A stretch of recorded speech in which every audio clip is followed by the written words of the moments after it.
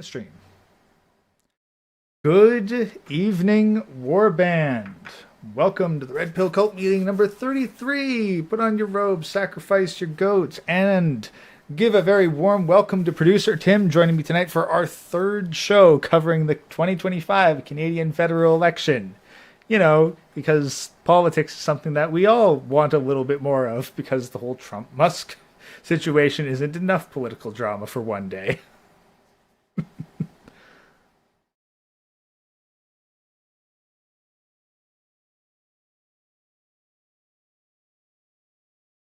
Damn. Yeah, well, okay. Okay, well, I got one of these on Rumble because, hey, this is the first stream we're sending to Rumble as well. So, I'm pretty sure this will still be monetized there. I want to try to corner more of the Rumble market because A, YouTube's oversaturated as shit, but there's not as much on Rumble, and I don't know how legit this is, but did you see what Asmongold got for streaming on Kick?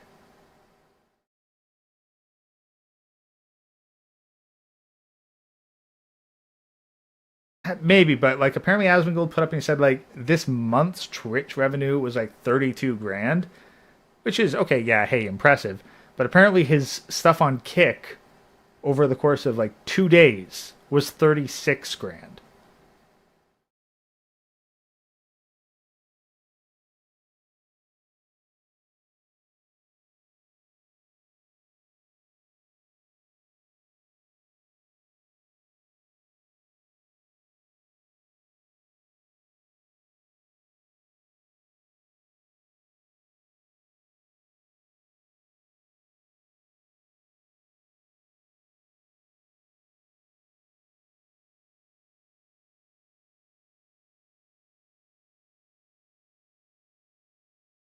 All right.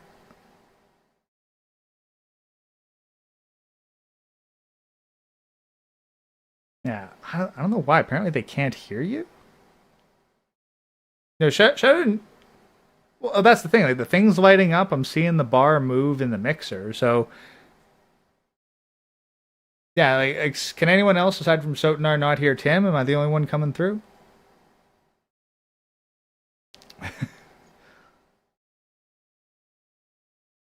No, that's the thing. This should be working. I don't understand why it wouldn't be working. God, I don't know how that is. Dude, that makes absolutely no sense. All right, whatever. I'll write you in via my microphone, so we'll go from there. All right, we're doing this live. Check 1, 2, 3. Yeah, no, now you're coming in on my mic input, so 100% you should be coming in. God, no, it's probably. If I go to my. I'm probably coming in hot here. Let me back the mic off a little bit.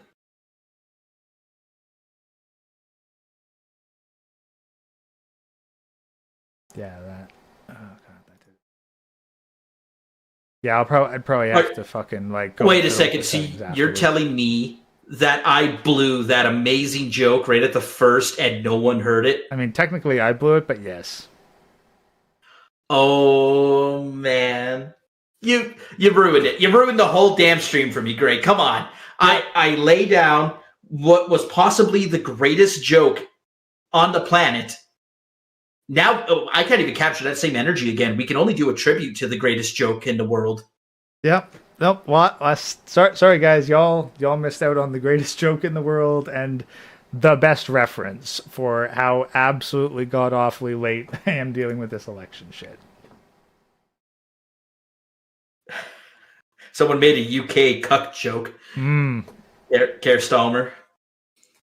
I don't even know if I said his name correctly. I don't care. It sounded like there's actually L in there, but whatever. I mean, he's not as bad as Tony Blair.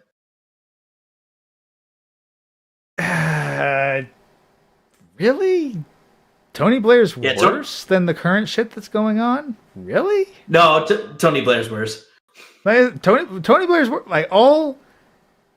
Wow, that's impressive. That is impressive. Well, put it this way: Tony Blair and George Bush tag teamed Iraq together.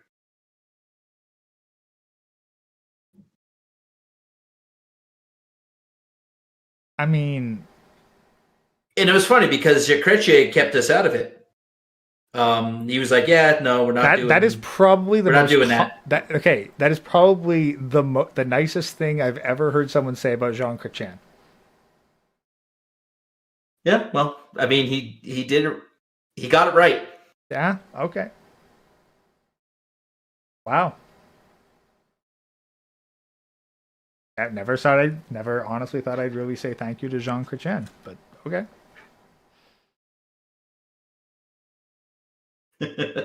Okay, so you have some things you want to get into. Yeah, so what I've got here on the screen, and I'll send you a link via Discord too, so that you can see some of this just absolute fuckery. I'll put it in like the channel chat. Oh, I can see it. I can see it on this stream. Okay. Just play it. Well, I don't know if the audio is going to come through anymore now either, so let's see. Every one of these races is now a test, it comes through. Not just of party strength, but of national narrative. And Mark Carney is losing that narrative faster than you can say recount. Let's not forget what all this represents. These Alberta elections are no longer local curiosities, they are national tremors. The federal Liberals, clinging to power by the grace of a judicial miracle, now have to watch their western flank ignite. And the government... Wait, pause this. Did I trigger your bullshit meter or something? Off the charts, man. First of all, who's this Pierce Morgan wannabe? Yeah. Fucking AI voice. Well, no, that's the thing. Like, this is where it gets fucker. So, like, okay, you can clearly see more wrong here than me. So before I point out the shit I saw wrong, what have you seen wrong? Pause. Enhanced. You really want this enhanced, guys? Really? I love the face that you froze on too. It's perfect. Yeah, you want this? I mean, that's kind of what your face looks like right now. With like, what the fuck is this bullshit? Implied face palm is what I call that face. Yeah, it's like I'm gonna raise the eyebrow because I don't want to waste the energy putting my hand over my face. But you know what you did, and it was wrong. Yeah, this is 100% disappointed mom energy. Okay, so I don't even know where to start with this. First of all, so yes, Alberta has a triple provincial by-election coming up. It happens when you get a vacancy, you do a special election to replace them. It works the same in the States too. Like when someone gives up a House seat or a Senate seat, there's what's called a special election to replace that vacancy. That's all that's happening. It's provincial jurisdiction, so it has nothing to do with the federal Liberals. The federal Liberals aren't even running in that race, and neither are the federal Conservatives. Because in provincial politics, much like state governors, there's a distinction between state level and federal level. So that's number one. So this would be the equivalent of like if AOC and Gavin Newsom were fighting over a chunk of territory and people were talking about how Donald Trump's losing the narrative.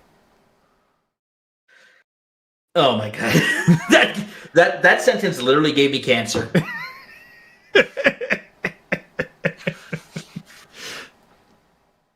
Anyways, I have to translate things to American here. I need to appeal to our audience, and I don't have enough firearms to manually fiddle with for gun ASMR. Gotta do what I can, man. Anyways, where was I going with this? Second of all, this whole like clinging to power because of judicial recounts. No, they're costing them seats. Everyone remembers we watched the election live that night, and the Liberals ended up with like 171 or 170 seats. What happened was a couple got flipped in recounts. We can go into that later, but the Liberals have a 5-seat advantage over the Conservatives. So flipping even 10 seats doesn't change the result. It's a minority government with the Liberals forming in power. Does the path to dropping them get easier? Sure. But Anyways, I've got an Excel sheet open in front of me that will prove that narrative is absolute horseshit. Okay. Well. Anyways, Let us continue. Well, I mean, honestly, we probably really don't need to, because you've like kiboshed this channel. But I wanted to point out this channel because this was what really triggered this stream. So these came across in my feed. This channel here, Canada Watchdog, and then this one as well. Like here, because so this one is called Canadian Newspaper, and then this one, Canadian Watchdog. Notice any similarities here?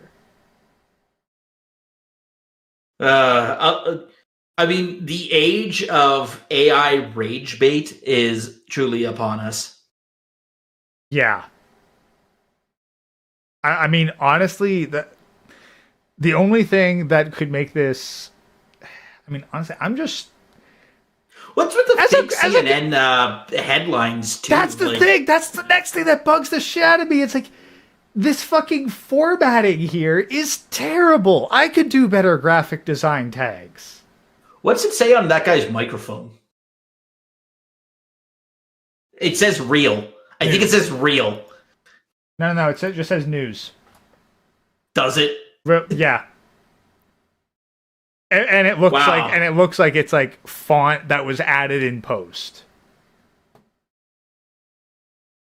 So no, I guarantee this fucking icon here is AI generated. Okay, now this is a terrible rage bait, AI generated slop. I bet you BuzzFeed is up to this or something. There used to be a way where there was an exploit you used to be able to use in YouTube that could tell you if a bunch of accounts were created by the same email address. It involved an exploit using Google Voice, but I don't think it works anymore because Google Voice was killed by Google. But there used to be an old exploit where you could like catch people who would just start so many fake channels. This really feels to me like T-Series slop. What? You remember the PewDiePie wars? No, I missed out on that. Oh, for crying out loud, you boomer. Get on the internet sometime. Hey, look, I was on like the front lines of the Gamergate battlefield with like in the fields of the escapist, okay? Like I was deployed to a completely different region of internet conflict. All right, well, so T-Series was the like a India commercial brand that was competing with PewDiePie for the most PewDiePie versus T-Series, where they were both trying to like have the most fucking subs. Okay, I do remember some of that conflict. So the content of T-Series is it makes Darman look believable. It's over commercialized, totally fake slop. Okay. I know that Darman is a real person, and but his channel is what the future will look like when AI starts creating all of our news. You're seeing this is a terrible impersonation right now. Go watch a Darman video. Do you know who I'm talking about? No. Okay, go watch a Darman video. They're like usually 20 minutes long, and just tell me. Let's get like 5 minutes into a Darman video. We're going to take this stream very sideways. Yeah, you know what? We're going to watch a Darman video. Fuck it. We're on Rumble. This shit's going to stay up one way or another.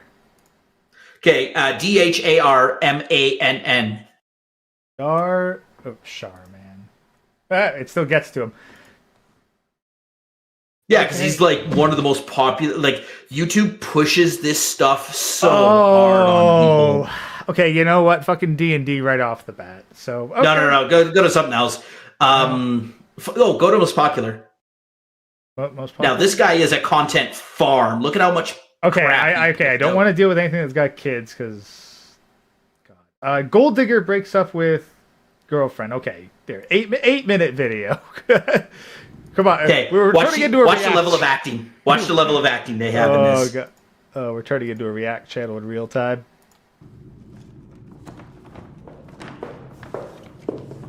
Oh, baby.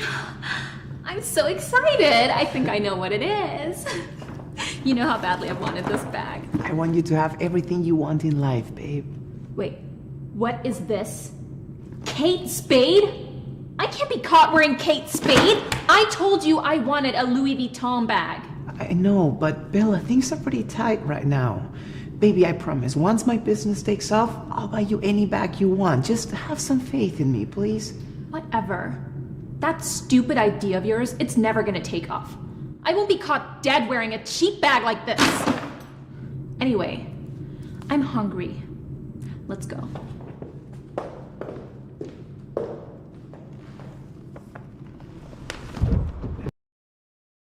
Yeah, I'm not watching another 7 minutes of this. Okay, so clearly the level of acting here is, well, this is going to be a Canadian reference for all of our American friends, but this wouldn't earn you a Gemini award. No, like, honestly, I'm looking at this and it's like I'll get stuff in my feed for, like, Korean comic dubs. And it's No, you're just going to get Darman videos for the rest of your life. Yeah, no, like, that's what's going to show up now. But, like, you watch a couple comic dub videos, and then it's, like, these Korean comics. I'm pretty sure they're Korean anyway.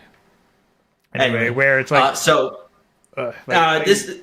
this channel is just, like, it's an India content farm that just churns out low-quality slop daily.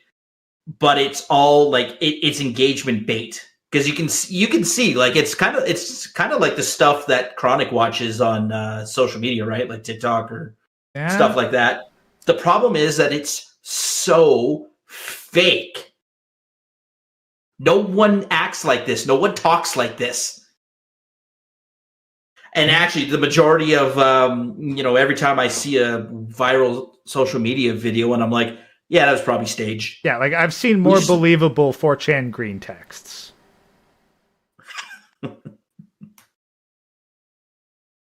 But I mean, if Justin Trudeau came on to the news and said, I plan on cutting spending in a federal government, I'd believe him more than half of this stuff that I see on the internet.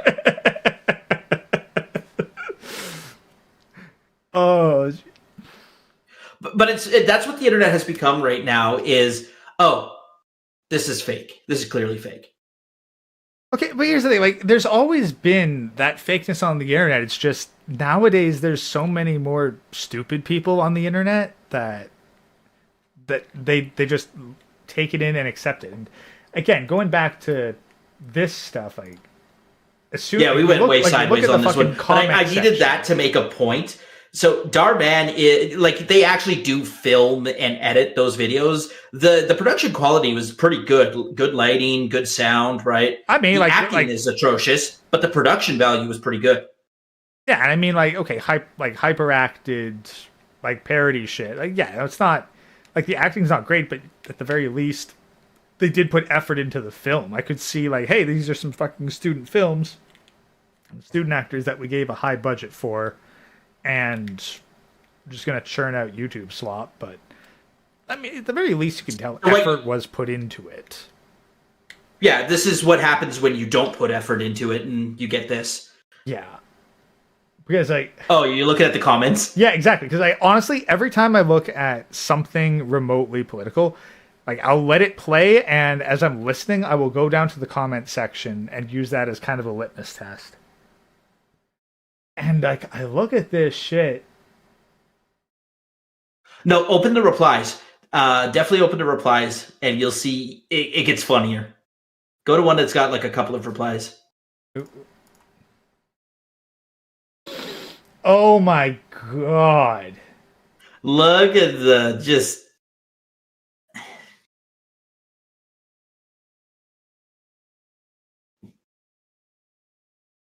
Okay, so let's play a game. Did a real person write that comment? Second one, no. Okay, honestly, first one, no. Second one, no. Third one, honestly, okay, no, here, okay, question. Was it an AI or was it an Indian? What, if any, are Pierre's accomplishments other than to be a typical go-along-to-get-along politician? That's like the last thing you would use to describe Pierre Poilievre. He was always described as Harper's pit bull. Okay. You know what? That's the other thing. Because something came out today specifically that actually really pissed me off about Pierre Poilievre. That third comment, too, at least he's honest, unlike the oligarch. Do we ever use that term in Canadian politics? No. We do use a term. We do use a term similar to it, but what do we call? So, what do we call the people in Ottawa from the West? The out of touch globalist elites. What we used to have a two-word name for them. Living in a certain tower. Ivory Tower. Yeah. Yes, the Ivory Tower elites. That's what we use in Canada. Okay, but just the elites. Here's the thing, like this, we've never once used the oligarchy in Canada. I mean, it would be a valid term to describe our telecom, but again, that doesn't enter our vernacular. No, okay, but I saw some of this because this just came out like literally 16 hours ago, and this pissed me right the fuck off. you want to save the world. You want to end poverty. Well, the answer is not to chain yourself to a tree or protest for yet another international aid bureaucracy or government program. No, the answer to both is more Canadian energy. The ticket out of poverty is cheap, clean. So this is the thing. This is what bugs me. Who is Poilievre targeting with this? Oh, a person that does not exist. The person he's targeting doesn't exist. This is more, by the way, I can guarantee you this is Jenny Byrne stuff. Most people won't know who that name is, but you can look her up. She's like a 4-time election loser for the Conservatives. She's like their chief of staff or chief of or campaign manager or something. I guarantee this was her idea. She needs to be fired. Her best before date was like 3 elections ago. But anyways, the person he's targeting with this is entirely hypothetical. He thinks that the people who protest energy products like that, what is it, Extinction Rebellion, or just Greenpeace, Stop Oil Now, Dogwood Initiative, he thinks that the reason people do that is because they are concerned about the future of the planet or the globe. Yeah, that's the thing. He thinks that these people have actual that's false. Fucking morals and principles that they're making a stand for, and they think that they're actually helping people. That they give a shit beyond anything aside from social media likes and being popular with their friend group. Now, some of them, in their defense, some of them may actually care about that that might be something they care about. They are a team guy person, first and foremost. And so any environmental disaster that the Liberals have been responsible for, they just kind of they just look past it. They just don't even care. Yeah. Because it's about bashing Conservatives because they're a Liberal, Green, or NDP, right? So there's that group that are like he's half correct about. Then there's the professional protester group, as Ezra Levant likes to call them. These are the people who actually just get paid to be there. Yeah, the paid people with the signs. That's the thing. It's like the difference between the paid people and the zealots. I don't think that the paid people are gluing their hands to tarmac. I mean, if you paid me enough money, I'd glue my hands to tarmac. Fair enough. Maybe they are. Maybe you can pay people enough to do that. But that's the thing. It's like he's appealing to the people who are either paid to actively be against him, or are so ideologically brainwashed that they would never support him.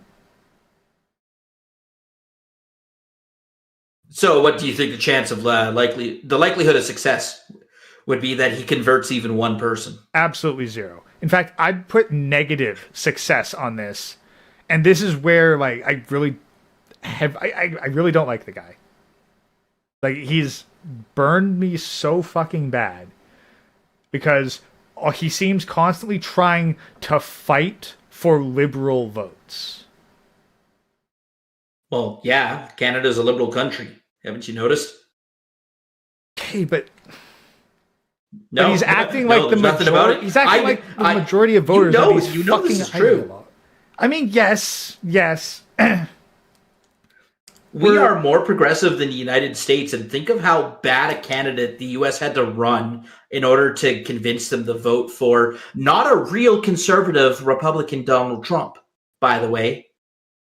Yeah, no. Trump is a 90s Democrat.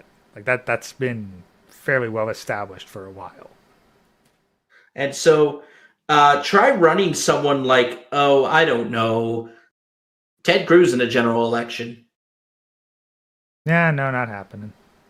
And you'll get slaughtered. You'll get slaughtered. And the U.S. has always been more, and I'll call it raw conservative or small c conservative, right? Not conservative in name only, or not conservative party loyalist, but you actually live conservative values.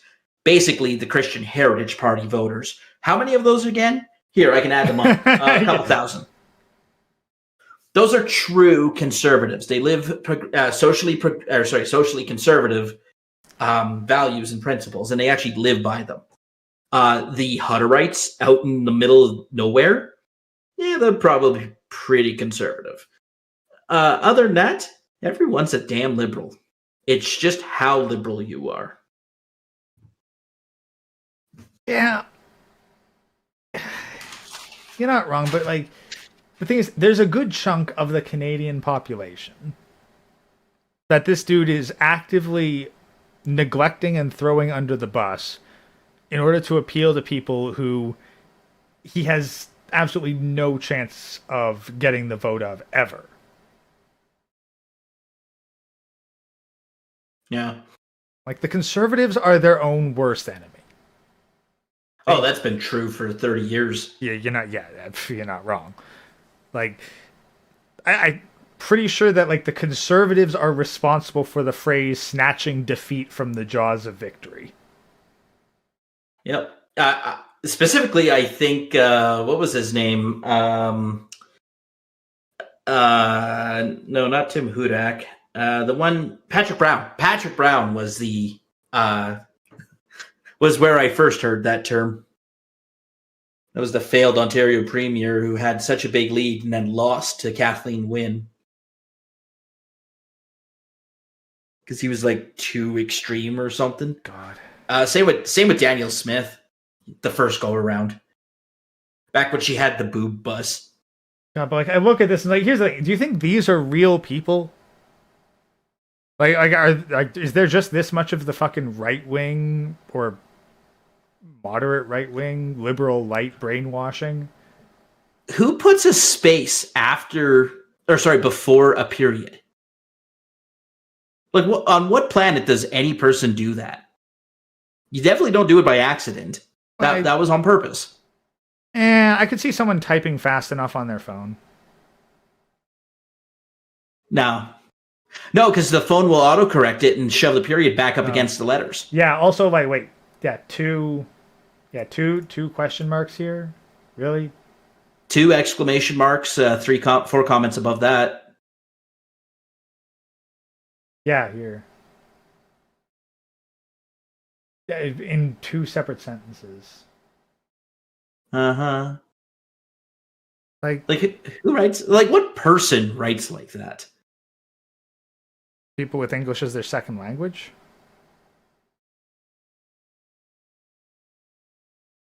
Like, throw a number 1 in there. Bring it back to, like, the early 2000s internet. I mean, honestly, I think we kind of have to go there because YouTube has gotten so bloody sensitive and censorious. I actually had to resort to leet speak in a fucking comment just to get an idea across and get it past the censor. So there's the S person, so I can barely read these usernames. Yeah, the one above there with the letter S as their avatar. This one. Perfect freaking grammar. Capitalization, commas, everything. Oh, and there's another one, that CCC Cross Canada News. Again, space, punctuation mark at the end of the sentence. Yeah, space exclamation point. Like, Is this even an actual fucking channel? Oh yeah, let's go click. Let's go into this hole.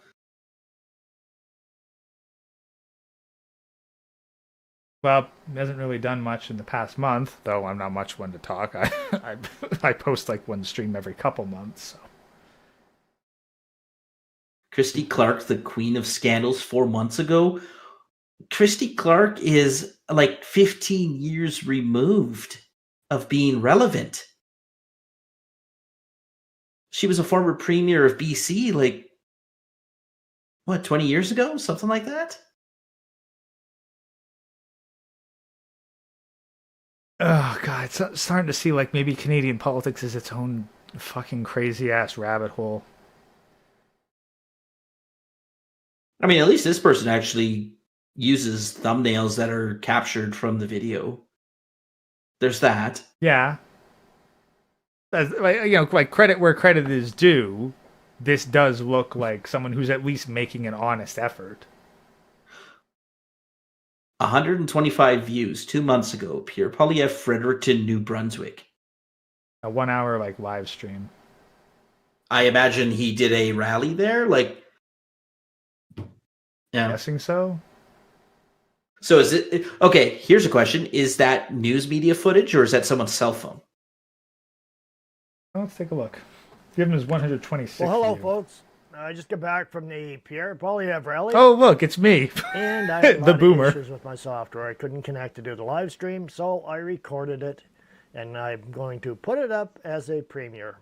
So it was a great rally. It was a wonderful turnout. There was a lot of folks there. I'm telling you, the place was packed. And Yeah, no, him and his crew like actually recorded this with their cell phone or whatever. Mr. Carney says that my husband doesn't know how the world works. Well, I'll tell you what. He knows how Canada works, and he's going to make it work for all of us. Yeah. Well, it's been a while since I've heard an Eastern Canadian accent. Well, by the way, just like listen to Pierre speak for a little bit, and we'll see why he lost very quickly. Canadian industry. Trump wants to do it with tariffs. Carney wants to do it with a carbon tax. You know, we're talking about fighting Trump on tariffs, and I agree with that. But I'll tell you something, it's even worse when the tariffs and taxes are being put on our businesses by our own government. exactly. And so let me be clear. We will put Canada first by axing the carbon tax for everyone, for everything.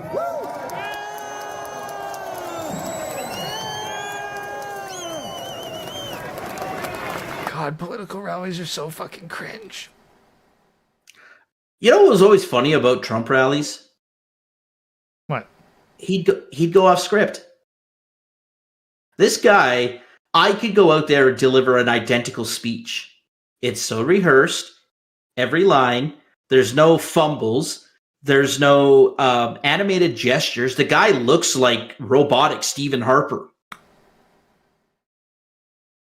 Okay, for those of you who don't know, Stephen Harper was openly mocked for being fucking cold and robotic. So this is a new low.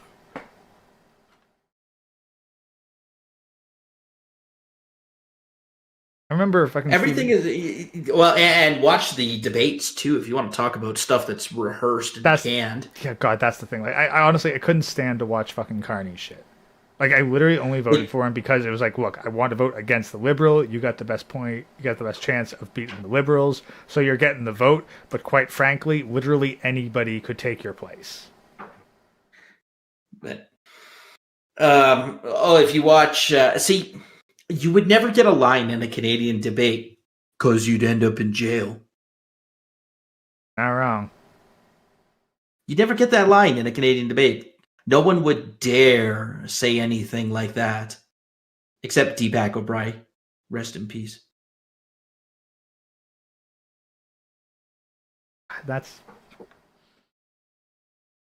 And yet that's the very thing. Like, because you're able to talk to people. Like, I remember talking to people like during the vote stuff, and like, there's one couple like they had their toddler there, and so. Like, I joked that they were bringing their kid to vote for the toddler party of Canada. I was like, you know what? If that was the leading opposition against the Liberals, I vote for them too. I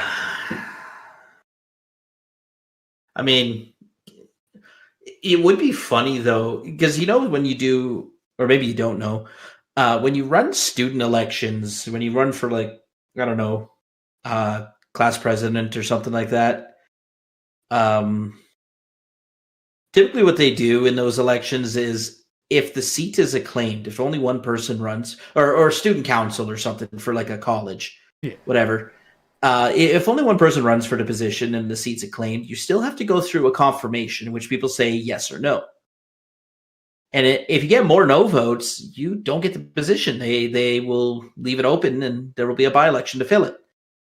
Every Canadian election should have an option on the ballot that says none of the above. And in the riding where none of the above wins, all the candidates get executed. Okay, but you know damn well no politician would ever do that. Good.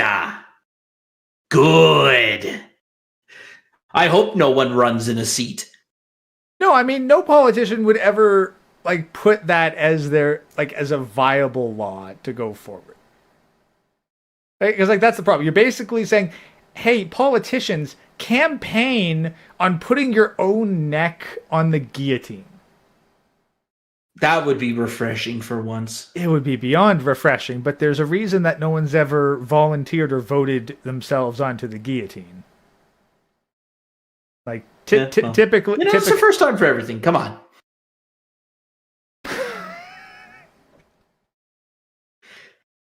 If we could get a bunch of semi-trucks honking in the country's capital, we can do this. You just got to put your mind to it. Okay, so I'm sure you want to hear. If I ever see a path to getting into the highest position of government, then I'll campaign on that. I'll campaign on accountability and tiered voting. To be hey, Canadians, do you want to be able to take your local politicians and just put them on the axe? If we just give you shitty candidates, that you can execute a lot of them. Oh, by the way, if you don't show up and vote, then your vote is assumed to be none of the above. Ah, okay, yeah, that would encourage people to actually fucking energize their base then. Yeah, because 40% immediately, the none of the above starts at 40% immediately. Yeah, so congratulations. We only have about 60% turnout. So if 1 in 5 of you who turn out actually say, no, we'll give them the fucking axe, then they'll get the fucking... Because, the axe guy will win, and... They call Parliament, there's 7 people in there. Yeah, no, and you know what we'll do is we'll say, you know what? We won't even make it the axe. We'll make it a public stoning. We'll just tie them all up to the same pole with a whole bunch of rocks around, and the public can execute them at whatever speed they desire. So the one they like, they can throw overhand at, and the ones they don't, they can throw underhand. Oh, man. I feel sorry for the politician whose riding consists of a lot of women's softball team. Please go get your husband so you can put me out of my misery. We don't have a husband. Oh God, no! I implemented that law too. Shit. So this whole narrative that the Liberals could lose power because of judicial recounts. I just pulled up the validated list of election results. So the rule is that the automatic recount triggers if less than 1% or 0.1%. Separates the results between first and second place. There are only 4 ridings that qualified under that criteria. One was won by a single vote. There's actually a news article about how one woman didn't get her vote counted because Elections Canada screwed up their own return address. Wow. But that was out of 60,000 votes cast. Yeah, 1 in 60,000 is a pretty damn good margin of error. So, technically, because it was 1 in 60,000, the difference between the votes was 0.00.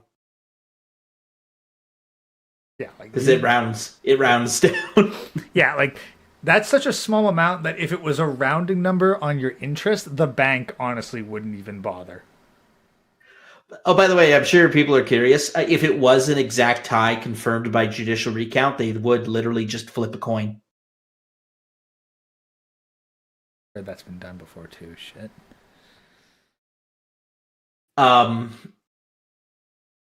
So then, okay, so what's this whole judicial recount thing about? Well, judicial recount, during the election day, they just have a bunch of volunteers come through and count the votes. They're not terribly accurate, but usually the sources of error balance out. And if they miss like 5 votes for one person, they also miss 5 votes for the other people. So typically it doesn't change the results. And then if the 2 candidates are separated by a couple thousand votes, then flipping 15 doesn't really matter. But when the results are that close, obviously accuracy matters. So then they go through what's called the mandatory recount, in which they have some auditors who will actually count and make sure that it adds up to a correct number, and that will give you the preliminary result. Now, in every ballot box, people are idiots. They will mark their ballot incorrectly. Sometimes people will spoil their ballot on purpose. Other people spoil it by mistake, such as checking more than one name, or on the spot of the paper. Like literally, as soon as they hand you the damn thing, the person handing it to you tells you exactly how to mark it. So you literally need to have a memory of under 1 minute between the time you receive it, go behind your little table thing, put your mark in. I'm pretty sure there's even instructions on the bloody paper too. Oh yeah, there's a spot that says, hey, put your X in the circle, don't put it anywhere else, or check mark, or fill it in, or draw a dildo on it. Yeah, they've idiot-proofed it as much as bloody possible, so you have to A, not be able to read properly, B, not be able to comprehend written instructions and implied procedure properly, and C, not understand English. But if there's a way to do something, somewhere there's a boomer who misunderstood it. Never underestimate the ingenuity of stupid people. So they marked their ballot wrong, and what the ballot box counter does on election day, they look at it and it's a mess. It's all messed up. They can't count it, so they just set it aside, and it doesn't count towards the total. What judicial recount does is it actually takes that pile that was set aside, and they apply the rules the regulations within the Canada Elections Act. And I say what it boils down to is if it is unambiguous who the voter intended to choose, then the vote should count. If it is at all ambiguous, then the vote will not count. So what happens is a judge will judges, they do statutory interpretation all the time. That's their job. So they actually bring in a superior court judge, and they'll sit down and look at the ballots, and they'll apply the law to the ballot and say, this one should count for this person. This one doesn't count. It's spoiled. So Your Honor, judicially. Oh, and you can send a lawyer. I'm imagining there's probably been at least one scenario where a judge has had to interpret a ballot and has been like, Your Honor, we need to settle this. Is the candidate that this voter intended to elect for where the tip is or where the balls are? I should just grab a ballot and write balls or no balls. Anyways, oh shit! Where was it? Anyways, so that is what a judicial recount is. But all the parties are allowed to have lawyers present who can argue that a vote should count or not count, and the judge rules at the end of the day. So, what a judicially certified result means is that they've gone through that process. And once that process has been exhausted, there is nothing further you are allowed to do. It's very similar to the way that the US vote works in that once you have passed the deadline, that's it. Either the votes count or they don't. You're done. You can go to the Supreme Court all you want. Once you pass that, whatever they call it, the return date is, there's nothing further to count.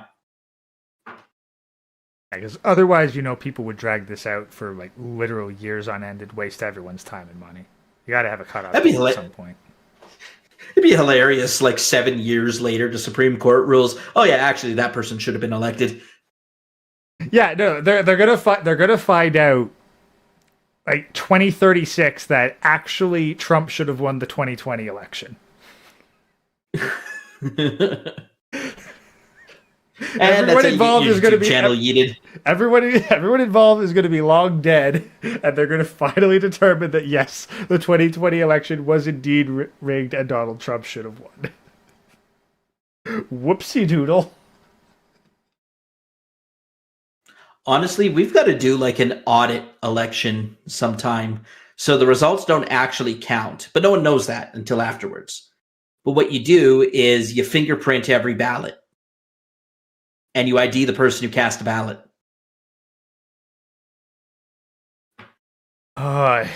Honestly, that would be like the final ingredient in this fucking Palantir thing.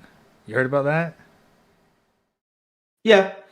Yeah, I've been catching glimpses of that, and it's like, you know what? Yeah, I could see them doing that in the U.S., like, just to get, like, all the fucking fingerprints for the fucking Palantir, and then be like, yep, we're going to have your names, your faces, your prints, your social security number, your habits, your mental disorders, Twitter profiles, DNA. Oh, by the way, if they are collecting people's mental disorders, there should be a law that you have to post them on your Tinder bio. Well, I think that, I think that posting your pronouns is kind of self-reporting already. Yeah, but there are some sneaky ones that still make it through. Well, okay, yeah, but you realize that if you did that, then every man would just immediately try to get narcissistic psychopaths so that he could get all the women. Yeah, and every woman's going to have, like, anxiety and depression. No, it's autism now. Now it's autism. Anxiety and depression is, like, so 2010s. The mental illness of the 2020s for women is autism. I don't think I've ever met an autistic woman in my life. Yeah, okay, but... I mean, how would you tell? Like, okay, list to me here. I'm just gonna go on to the Mayo Clinic and list the signs of autism, and you tell me whether it applies to every woman or only some women.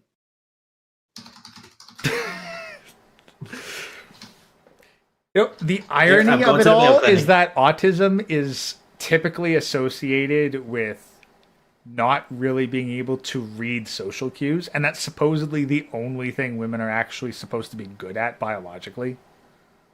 Try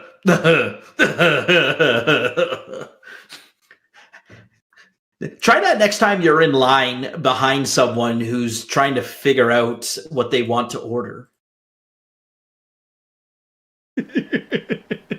And you're sitting there like tapping your foot, hands on your hips, rolling your eyes, sighing loudly, and they're just not getting the cues. Okay. Let me read this. Let me read this, and let's play a game. And you tell me, does this apply to every woman you know? Number 1, don't respond to their name, or they don't seem to hear at times.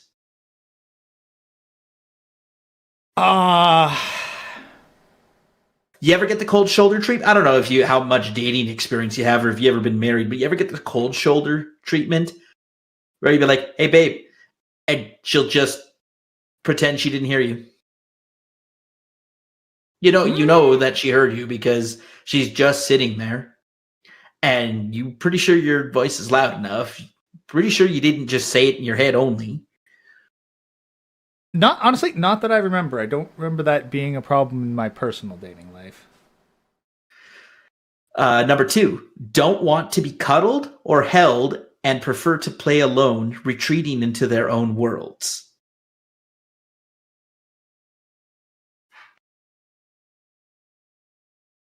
Not the ones I guess not the ones there should be a disclaimer. There should be a disclaimer on this one because it's when she's pissed at you.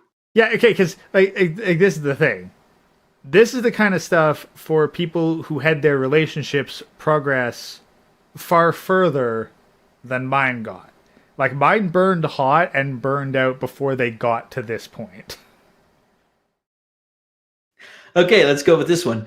Are passive, aggressive, or disruptive when interacting with others? I'm pretty sure there is not a state other than Okay, those yeah, three. no, yeah, like is okay, yeah, that is just basically women in general. Okay, yeah, here we go. Like- You're getting the game now. Like if you are at all in a peaceful equilibrium, a woman will seek to inject drum. Don't seem to understand simple questions or directions. I mean, if you've watched the Whatever podcast for any length of time. Like any internet interview with a woman, ever. Repeat words or phrases word for word, but don't know how to use them.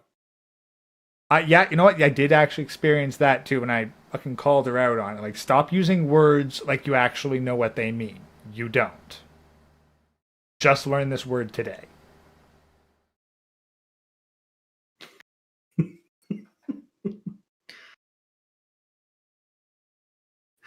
They do activities where they could hurt themselves, such as biting or headbanging. Also, dating abusive men. I mean, yeah. Create specific routines or rituals and become upset at even small changes. Yeah, that's just kind of women in general. Although Have unusual, stiff, or exaggerated body language. Okay, yeah, honestly, the amount of women who've just been like, okay, I basically have what you might call a high passive stealth rating. So, like, I will just walk into a room or walk around a corner, not even trying. And like the women were basically like have the whole dramatic hand to the chest, like I just jumped out and went boo. It's like I just walked here. We have a blind corner at work, and every single time I meet someone within 20 feet of that blind corner, I get the same reaction. It's like I'm honestly amazed. It's like, and the funny thing is, like I've got a female relative who's got a dog, and her dog is like that too. Fixate on an object or activity with unusual intensity or focus. You know, I can stop anytime. I think I've made the point. I mean, honestly, we could probably take this and just like find clips of like females being interviewed across the internet and be like autism or just woman.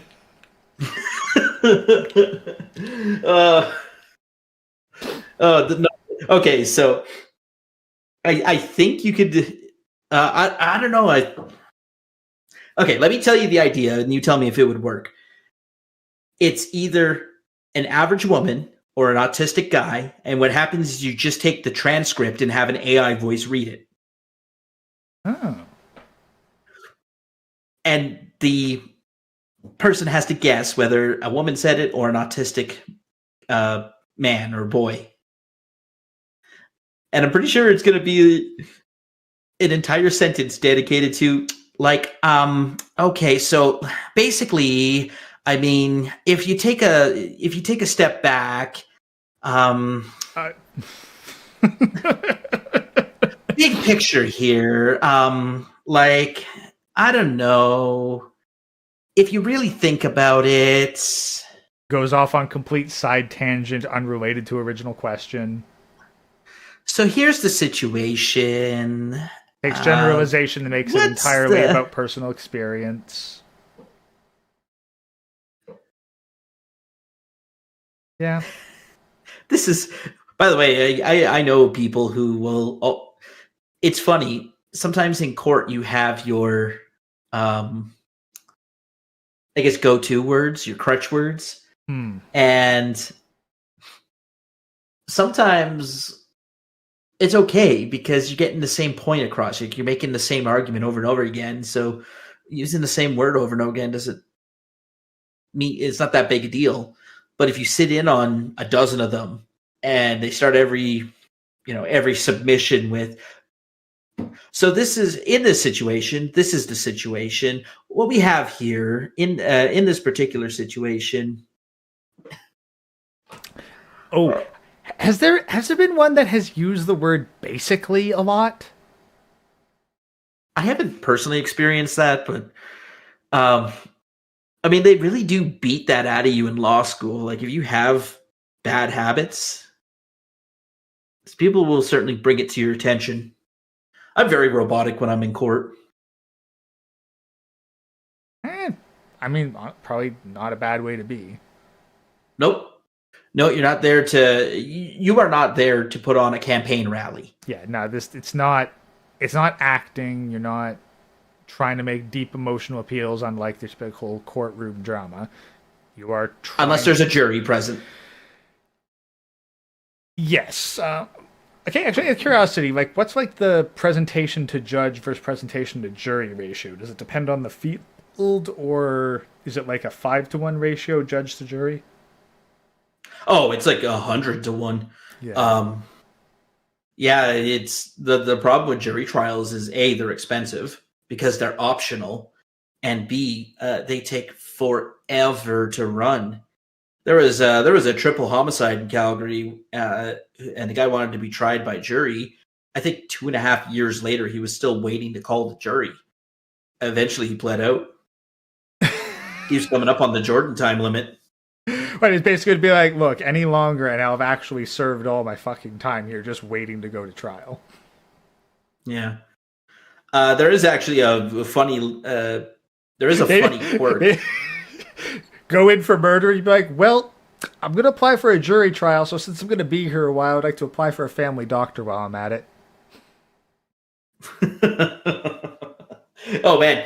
You don't kid yourself. You get far better health care inside the prison system than you do outside of it. Well, yeah, but if you're pretty convinced of your innocence, then you're like, look, I just got to make it to the jury trial, and then I'll have all my appointments queued up the instant I get out. Well, and especially when it comes to mental health stuff, there are secure psychiatric prisons here, and well, not technically prisons, they're hospitals, but they're secure hospitals, and so that's where people who are like NCR get sent.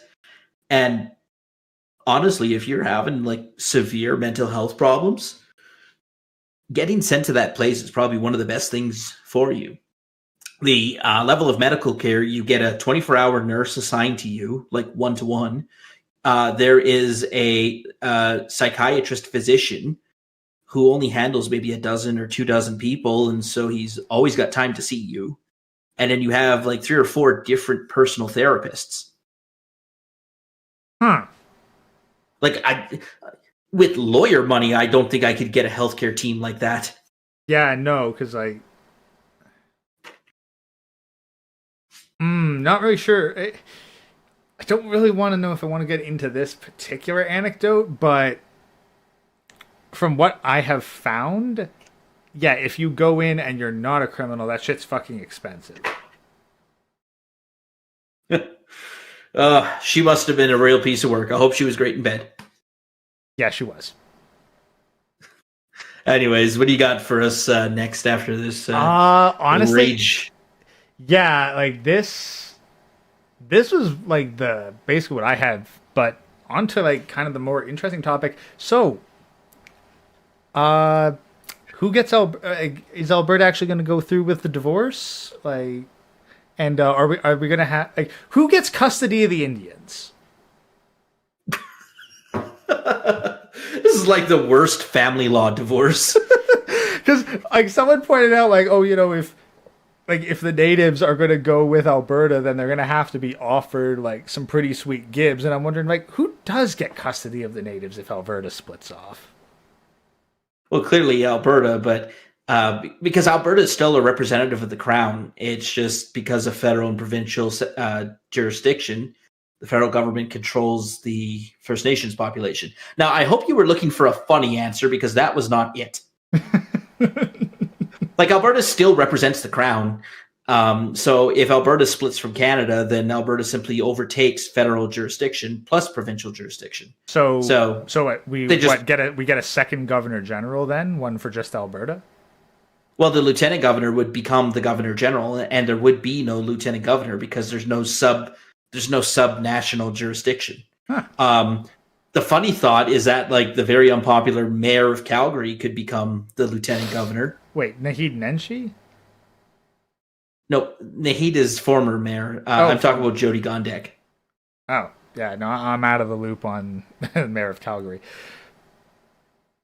Well, so what you're saying is that Alberta could be the one with, well, I guess it wouldn't be the first, like, female governor general. We did have, like, Michelle Jean or whatever. We had like a black female governor general. Like, wasn't that Adrienne Clarkson? I don't know if she might have been the first. Oh no, she was Chinese. She was Chinese, I think. Oh, she's like Asian Canadian or something. Yeah, probably. Adrienne Clarkson. Yeah, knowing who our government's in bed with, definitely Chinese. What was I gonna? Oh, and if I don't even know who it is. Anyways, not important. I don't even know who the lieutenant governor is in Alberta. Shows how much I know. I could name more state governors than I could lieutenant governors. Yeah, well, to be fair, you take a look at our newsfeed. Like, we're probably the most Canadian content that, like, our audience and our entire fucking sphere actually gets. Like who else would qualify? One Fast Dak would maybe be there. Wait. Boy,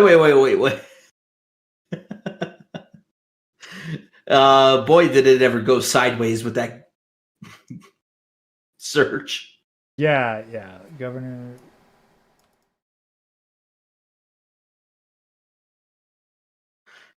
Salma Lakhani. South Asian Muslim. Perfect. Born in Kampala, Uganda.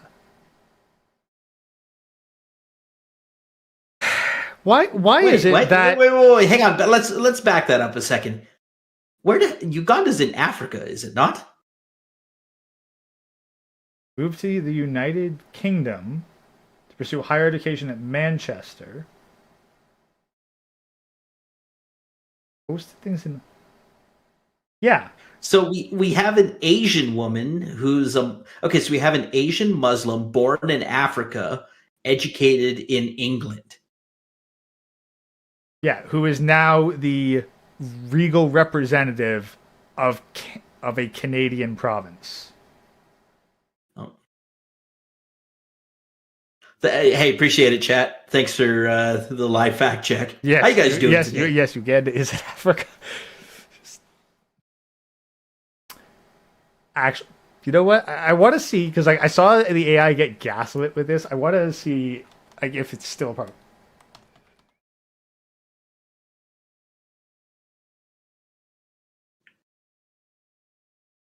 Yes, it's real.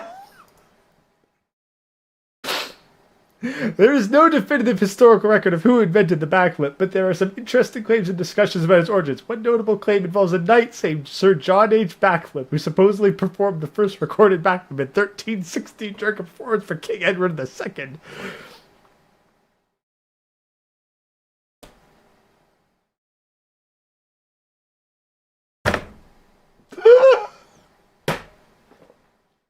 There's no way that's true. Well, obviously it's not. I mean... But this is cutting edge AI.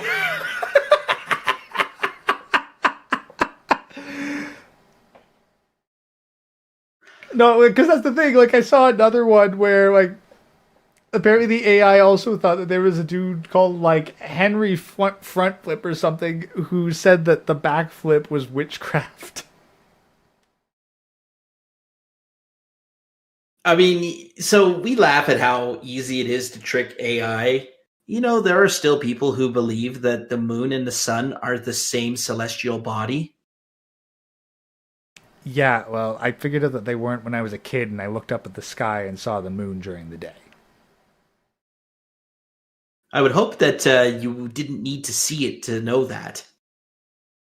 No, but that was the point where I first realized that the moon can be out during the day too. Oh, okay, to be fair, I was like 5. 5-year-old gray ghost probably benching a whole plate. Finally, enough childhood plates actually did have fucking Hercules on them. So. Oh, I bet as an infant, you remember the episode of Family Guy when Stewie took steroids? Oh God. Yeah, that's probably what you looked like when you came out.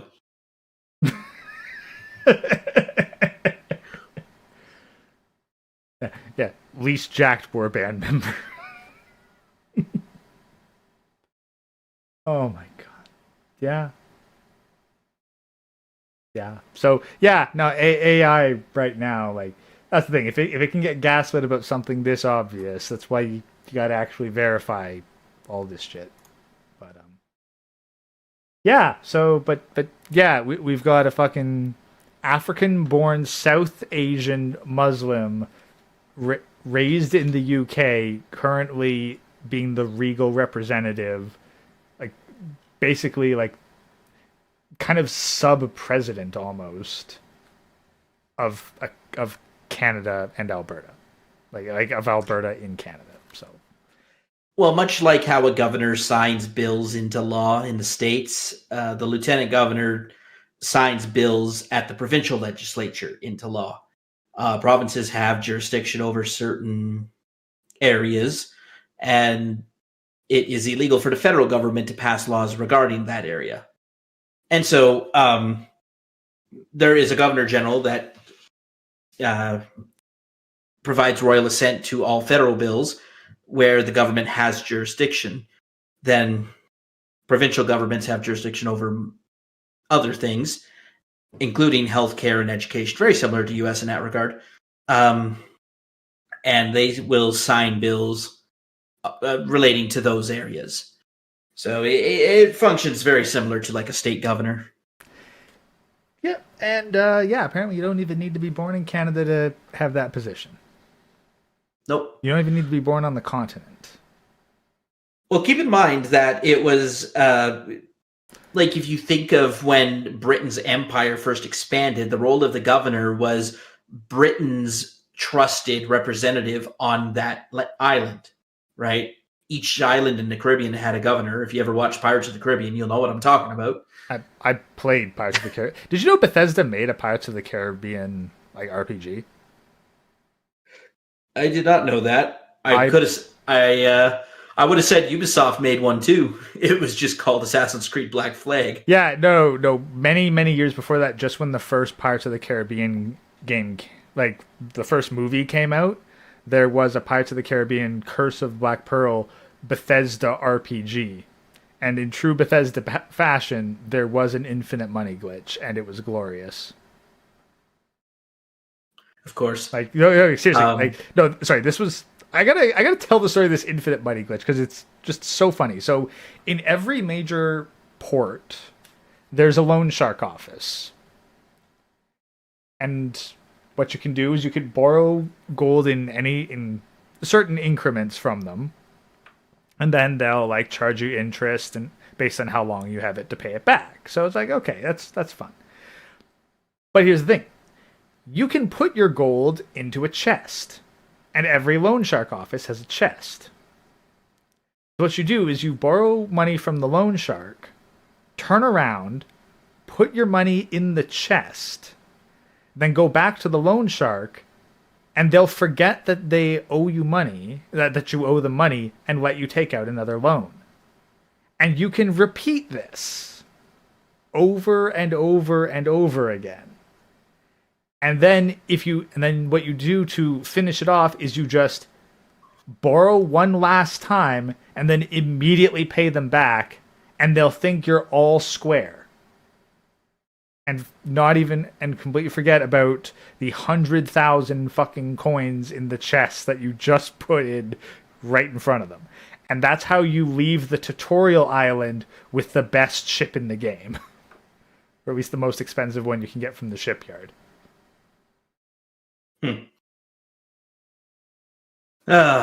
Man, do you remember when you could just get infinite Master Balls in Pokemon Red and Blue? I played Yellow, so no, I never had that privilege. There was another glitch in Yellow. It was different than the Blue and Red one, but there was another glitch. Didn't make it around my playground. Like if you and also when Silver and Gold came out, there was another infinite item glitch, but it was very tedious. Yeah, no, back in those days, like you basically had to. I mean, at least with Gold and Silver, I think you could technically get onto an internet forum to find information. Like I remember playing Jedi Knight, Jedi Outcast. I got stuck on one boss fight, and it turns out that because I'd activated the immortality glitch, I couldn't proceed because that was a boss fight you were supposed to lose. Oh man, scripted defeats. At the start of the scripted game defeat that couldn't actually happen because I couldn't die because I turned on immortality.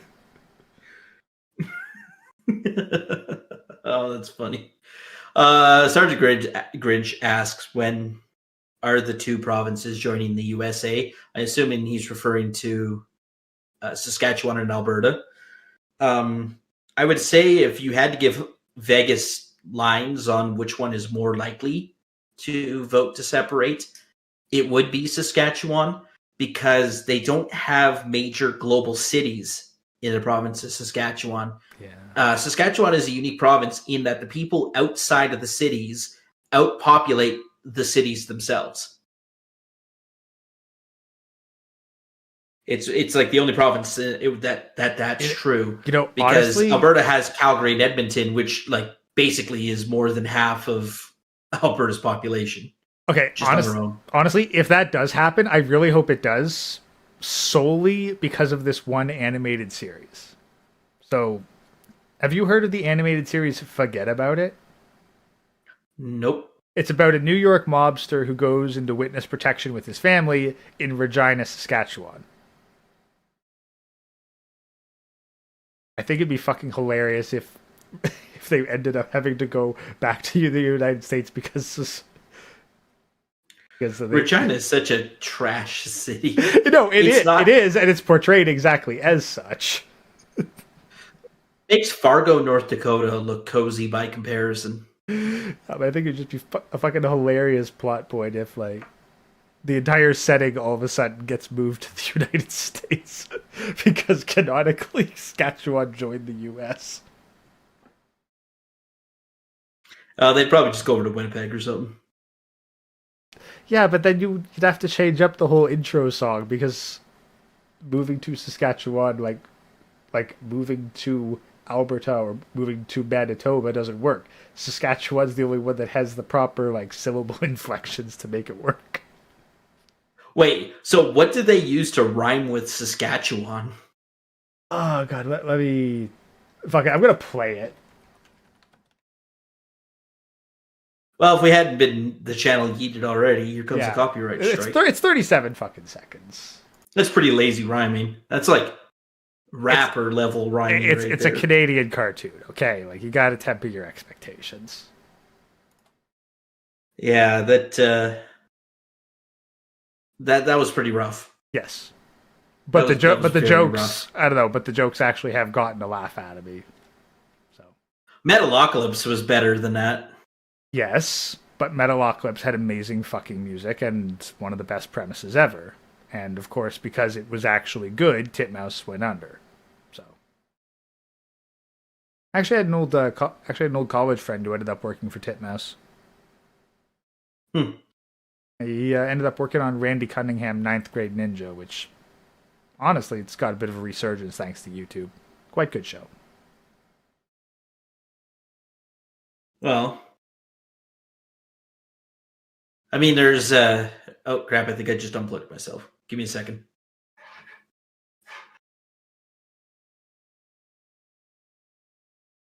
See Edmonton become a USC, deny Canada any chance of winning the cup. Oh my God! Sergeant Grinch. Hockey jokes from an American. Oh, shut up! The Oilers and Mick Jesus are like the only hope that we have. Oh, you know, it should have been the Leafs.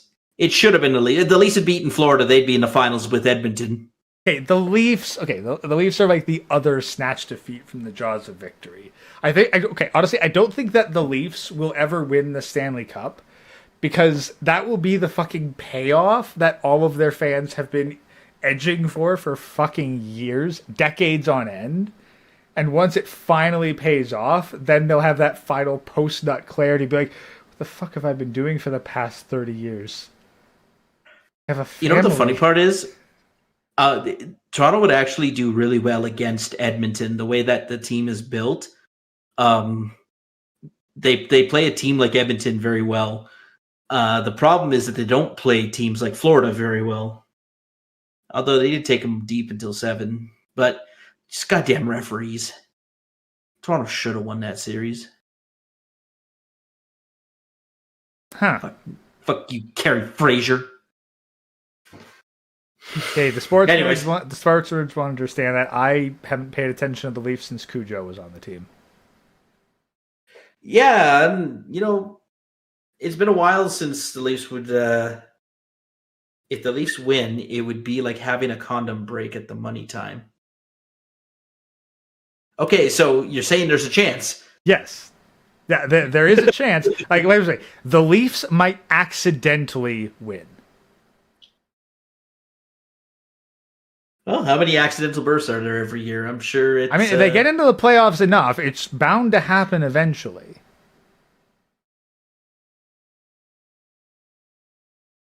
Oh, Penguins fan. That was the team that, what was it? The guy who founded BlackBerry tried to buy and move to Hamilton. Wait, wouldn't that have been... Wait, he tried to move... Not Waterloo? You tried to move him to Hamilton? Yep. Well, because Waterloo is much smaller than Hamilton is. Yeah, no, fair enough. But when I think BlackBerry, I think Waterloo. Yeah, of course. But Hamilton isn't very far. No. I mean, that was an idea that never got off the ground. But, I mean, he spent a lot of money trying. Well, to be fair, like, who has a BlackBerry anymore? They're still around with their enterprise software, and the licensing. Yeah, I had Blackberries for a very long time, well after other people had switched away. Yeah, I remember when they were popular, like mid 2000s. Like basically everyone who was in an office setting seemed to have one. Oh, even into the 2010s. I distinctly remember having mine until about 2013. Yeah, well, I was outside of the office environment by that point. Everyone around me had iPhones in the late 2010s or early 2010s. Yeah. He was in witness protection hiding from that one crazy girl. You got to be a little more specific, but what, Amber Heard? You dated Amber Heard? Oh no! I thought. Oh no, me being in witness protection. No, that's the thing. Like, no, my dating life didn't kick off. Well, no, I did have the odd dates, but I didn't date. No, was I dating crazy in 2013? I definitely was not. I might have been actually. I might have been dating. Yeah, no, I might have been dating some crazy, but like not the craziest, but definitely like mild crazy. But she gave red flags way too early. Oh God, what was I up to in 2013? Oh, that was the year of the floods in Calgary. Actually, no, 2013. No, I had actually dated crazy by that point. That was when I 2013, I think I was just about to get into the craziest relationship, and I'd gotten out of one that unfortunately was just going nowhere. So what happened? So what happened in Canada? Well, honestly, Nothing. Nothing. You're not missing anything. Despite what AI rage bait channels that popped up in the past month would like you to believe, nothing. There's been a couple seats flipped with some recounts, but that's it. But oh god, that was great timing, Grinch. Great timing. Yeah, we're just. I think we might have titled the video wrong. It's a lot less about the fallout from the election. We know what that is. It's done. It's over with. I think we certainly you wanted to bring up this like trend of they're not even trying to hide how fake this crap is. Hey, actually, I've got a good one for you. Are you able to get onto Twitter without showing too much? Yeah, one sec. I think I've got it on one of my 100 and some odd tabs here. I do actually have a Grey Ghost Twitter. I just don't use it for anything. Okay. Yeah. I don't think this is going to show anything. Bring up that. I think it goes by the title "Evan Loves Worf." It's at ESJ.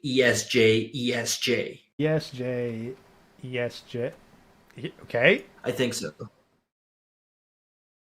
One Piece. Yeah, communist, prison abolitionist. Elon Musk, obsessed much. I don't even know if I can say that next one and not get immediately yeeted. I don't know if I could be pro or anti that word. Look at that pin tweet.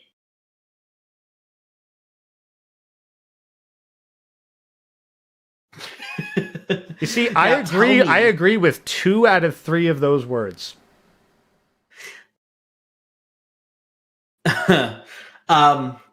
Look through this guy. Oh, definitely go to his replies. Look through this guy's Twitter and tell me that this is not a rage farming account. The problem is, I don't think he's AI. I do think he's a real person. Yeah, that's what's hard to tell these days, because like AI is often less robotic than actual people. No, I'm pretty sure it is a real person. Remember that in Trump's first term, there was that Brooklyn Dad Defiant Twitter account? And then someone doxed him as being like this really bad, deadbeat father, wouldn't pay his child support. I'm just waiting for someone to figure out who this weirdo is. But yeah, just read through this guy's account. He tweets a lot, as you've noticed. And every single response just seems designed to piss off Trump supporters and Republicans. Like, he's rage farming. Mm-hmm. Would have called the Warsaw Uprising insurrection. I mean, was it? I honestly do not know shit about that. The Warsaw Uprising was the Jews against... Because remember, the Warsaw Ghetto was basically where they dumped Jews that couldn't go to Auschwitz. Oh. I think. Well, and then the uprising would have been like them trying to break. I might be completely wrong on that. I mean, I don't. Sounds technically correct. Or what? It might have had to do with against the communists. Oh God! Now, honestly, I think I just made that up. Yeah, like Jews in Germany against communists. Really? That does not seem on brand. What?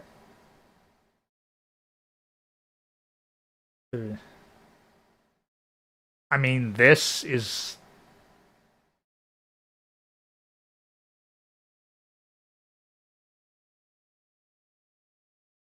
I wouldn't really call that a parade. That, like, are they moving on, like, railroad tracks there?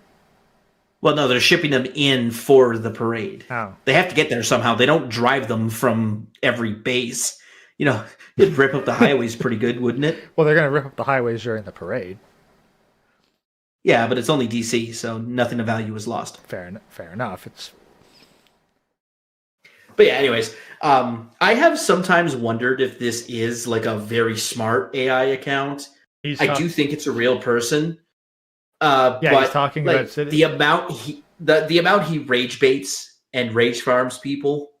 Well, Yeah. but here's the thing. Like, that's how you make money on Twitter. You need to get engagement while also not getting, like, community noted. Because if you get community noted, you lose your revenue for it. Yeah. This guy probably should get community noted quite a bit. But yeah, I mean, he's just a blatant. I wouldn't be surprised if this person got doxxed. It was like a Democrat Party staffer or something.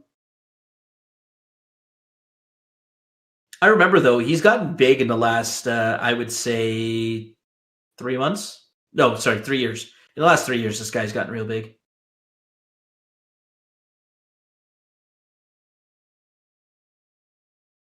Honestly, what's creepy is that profile picture looks like a pair of kids. Yeah, I don't know. But anyways, yeah, so when we're talking about, like, I guess we could end the thread on this note and move on to the next item. But when we're talking about this, everything is fake.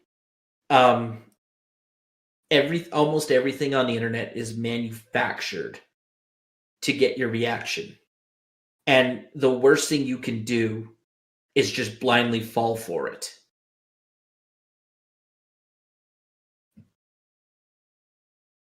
Yeah.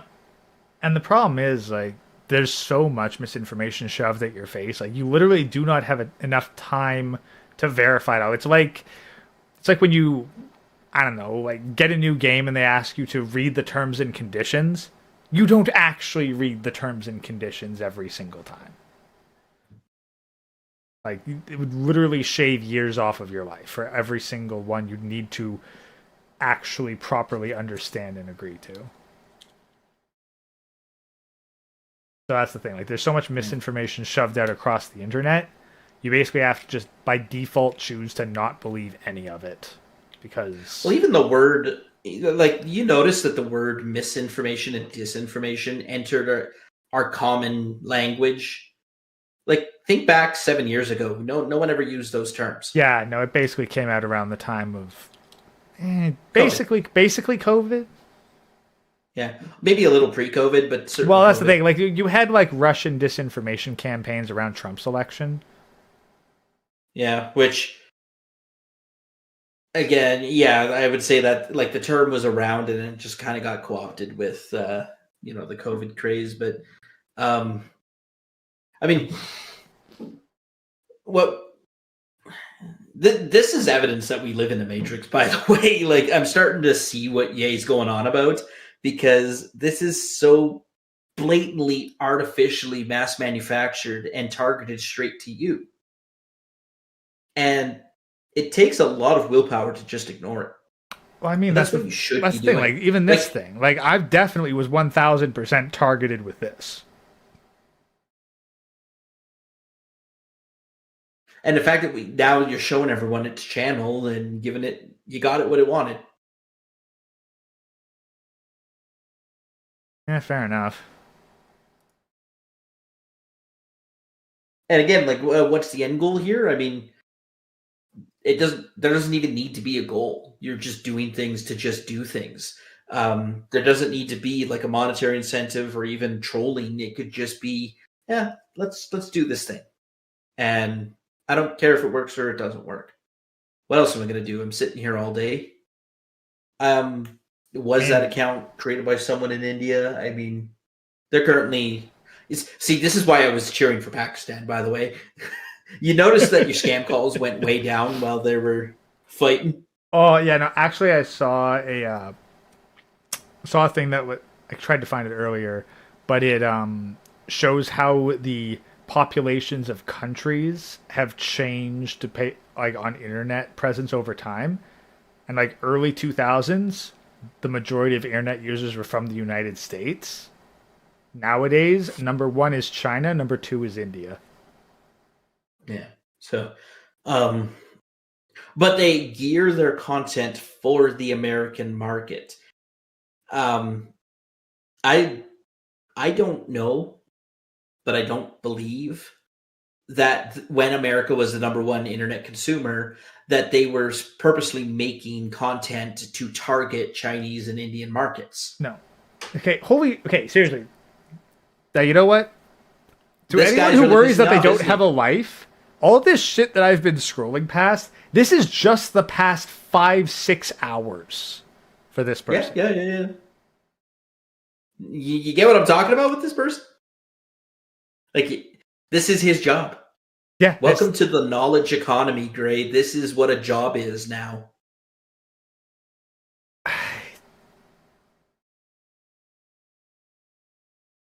God. And he probably makes a lot more money than you and I. But now, A, you're not wrong, but B, probably also puts in like 3 times as many hours. Probably. Like this guy is definitely working. Like, this is a job, and he's definitely working like 16 hours a day, 7 days a week. Or he's got like a Chat GPT thing that just schedules tweets for him. I mean, even getting the software to do that's kind of impressive, but...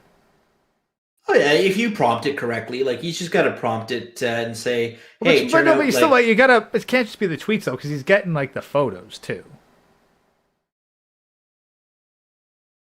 See, yeah, it's evidence like that. It makes me think it might be. Oh, it actually could just be a farm of people too, like 20 Philippine guys.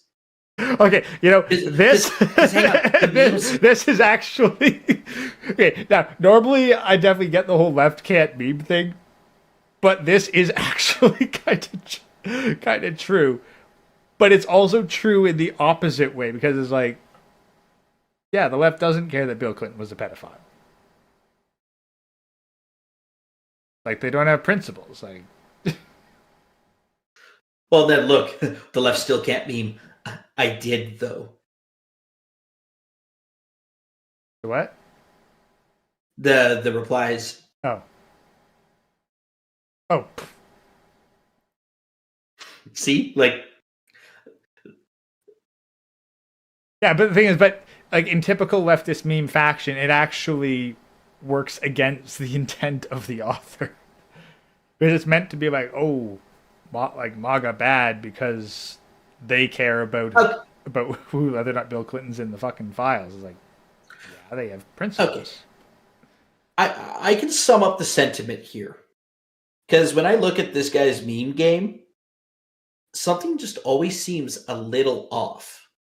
And you likely went to school with someone, and every time you interacted with them, you just come away like the way they would use certain phrases, certain actions, you're like, there's just something off about this person. And that's what I get every time I see this guy tweeting or doing X or whatever. You know what? His memes are just a little off. They're not funny, but they're not trash. Honestly, he gets, like, I am reminded of this guy. You triggered like a core memory there. Dude, I used to sit beside in fucking chemistry class, who was like, honestly, the guy ruined Star Wars for me, because he was a hardcore Star Wars fan. Like, this guy, like, it's thanks to this guy that I found out about the fucking Mandalorians long before Mandalorians became anything that the general public knew. And he was a furry. Of course. And he tried to insist to the chemistry teacher that he knew how to divide by 0. And there's one point where he said something just completely out of pocket to the teacher that I actively shifted sideways in my chair to get out of the blast radius for how much he was about to get nuked.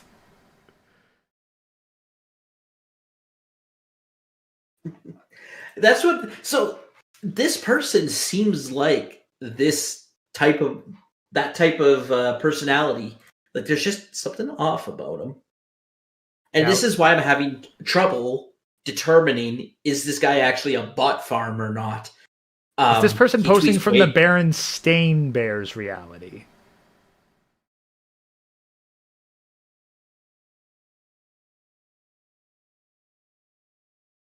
Anyways, if you feel free to keep going and see just like how deep that rabbit hole goes. We're only at the 10-hour mark. This guy fucking had, like, this guy's posted all this shit since lunch. Like, I can honestly say that I have never been this productive in fucking content generation. Even with AI.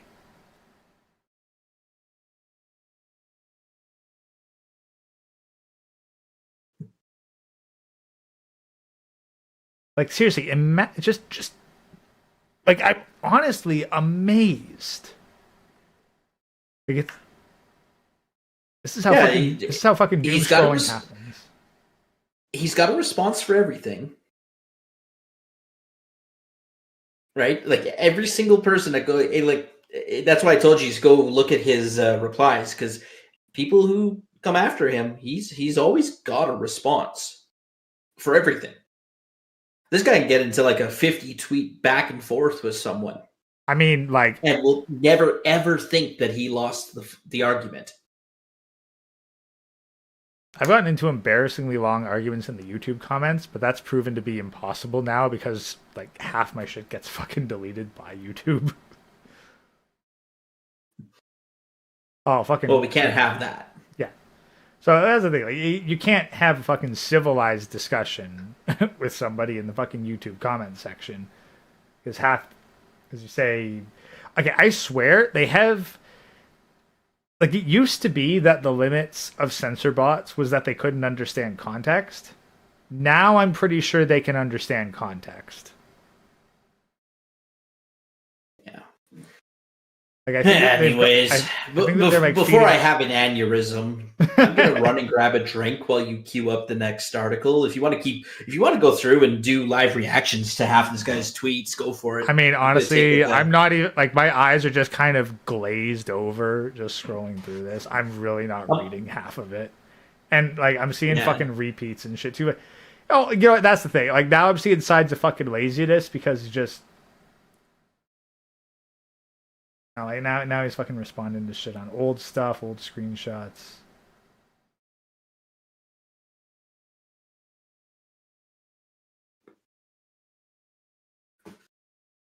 And like the memes, they're I mean, they don't even qualify as memes. They're mostly just image macros of anything, but there's he's had precisely one meme in this entire thing, and it's been repeated twice. Yeah. I have an original meme that, well, okay, so the concept of the meme is not original, but I gave it an original take. And if I can find it, I'll put it in Discord for you. It is so dank. I think Chronic would have to sit down and catch his breath. That's how dank it is. Okay. Oh, I found out that he sleeps for 7 hours. There's just a 7-hour gap between these two tweets. So we can tell 21 hours ago he went to sleep. That's what, 3? Okay, so he went to bed at like fucking 2, 3 in the morning and then woke up at 9. We can tell that because he went for 7 hours without tweeting. Okay, this is an old meme template. I haven't seen this formula used recently, but you remember the old what is it, Johnny Quest, Barron Trump memes? No, missed those. Oh, okay. Well, there's a few things in here that I have. This is actually funny. You know what? Fuck it. Okay, can I get this into the browser? Yeah, here we go. Feast your eyes upon it, chat. Oh, you'll have to blow that up a little bit. I did. See it.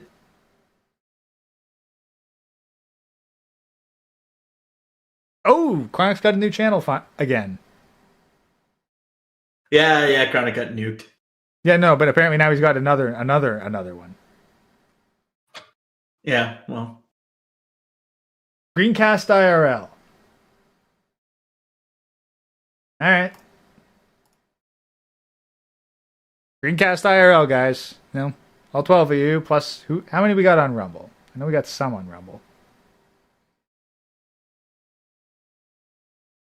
5 of you on Rumble. Get on there.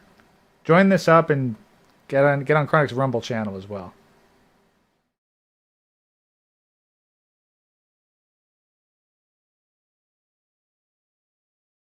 Yeah. It's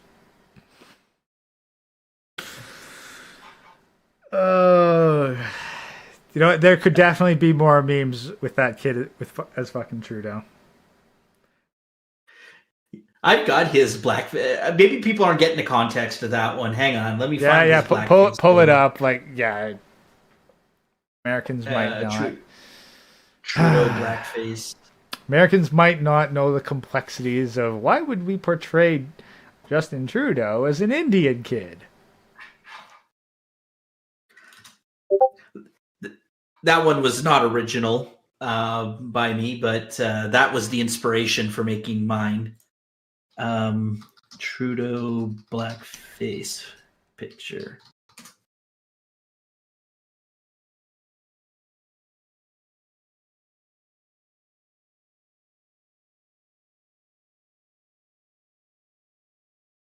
There's the blackface picture. Blurred out the other, because technically the people in that picture are underage, except for Trudeau. They're like high school students. So yeah, this the former Prime Minister of Canada, guys. He, I mean, honestly, like what do you think is worse for having former politicians? Justin Trudeau in blackface in this photo, or Bill Clinton wearing Hillary's dress as depicted in a painting in amongst Epstein's possessions? But anyways, that's why if you go back to my meme, that's why we portrayed Justin Trudeau as a brown Indian kid. Yeah, because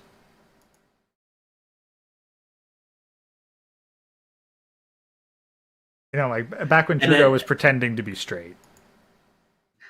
And then I sent you another one with the Johnny Quest to kind of is a little bit more obvious as to what the meme was going on. These were pretty popular in Trump's first term when Pence was vice president. This is an obscure cartoon from Cartoon Network known as Johnny Quest. Okay, anyone who's seen the Venture Brothers is at least tangentially familiar with this by now. Yeah, so anyways, that's there were a lot of layers to that dank meme that I created.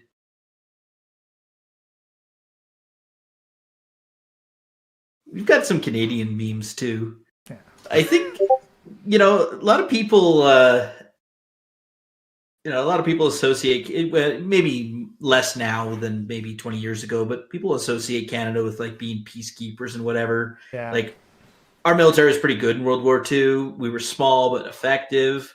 Also, they don't really cover this part in history, but we committed a lot of war crimes in World War I. Yeah, and we willingly subjected ourselves to them too. Oh, that massacre at Somme.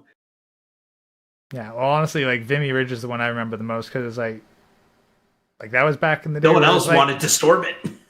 yeah, it's like like we can't storm it. It's a fortified thing. It's like, okay, hear me out. So the pattern is normally we shoot our artillery to weaken an enemy position, then we stop, then we charge, and that way we don't hit ourselves. And then some Canadian fucker went, okay, but hear me out. What if we started the charge while the artillery was going? Then they wouldn't have time to prepare. Wouldn't that result in like significant casualties due to friendly fire? Yeah, Yeah, but I mean, but we might actually succeed in the push, so only some of the advanced charge dies rather than everybody.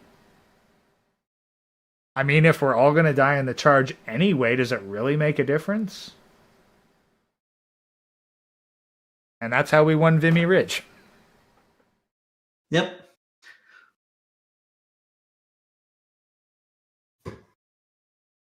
Dragon Ball and Dragon Ball Z, Dragon Ball and Dragon Ball Z abridged fans will appreciate.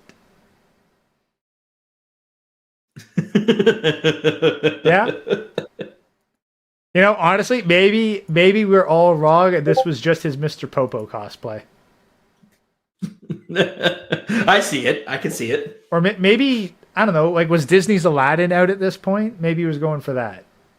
Oh, no, yeah, he was definitely, that was the costume, was he was dressing up as Aladdin. Prince the Ali. The theme of the night was Arabian Nights or whatever. Oh, so, yeah, Prince Ali, yeah. Anyways, and then, of course, you know, we got to troll our American friends. Yep.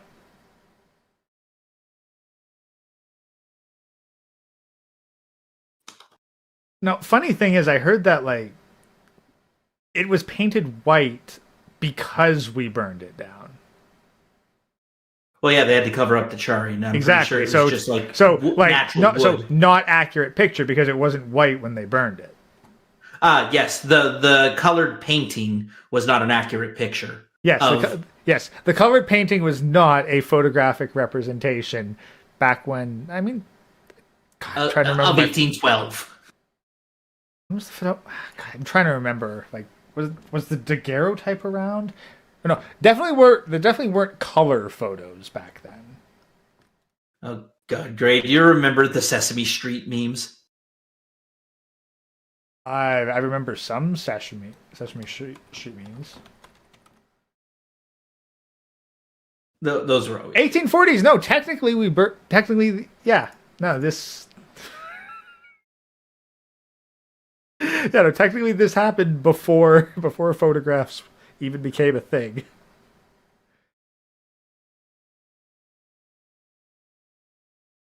But unfortunately, we can't even take proper credit for it because technically we were a British colony at the time.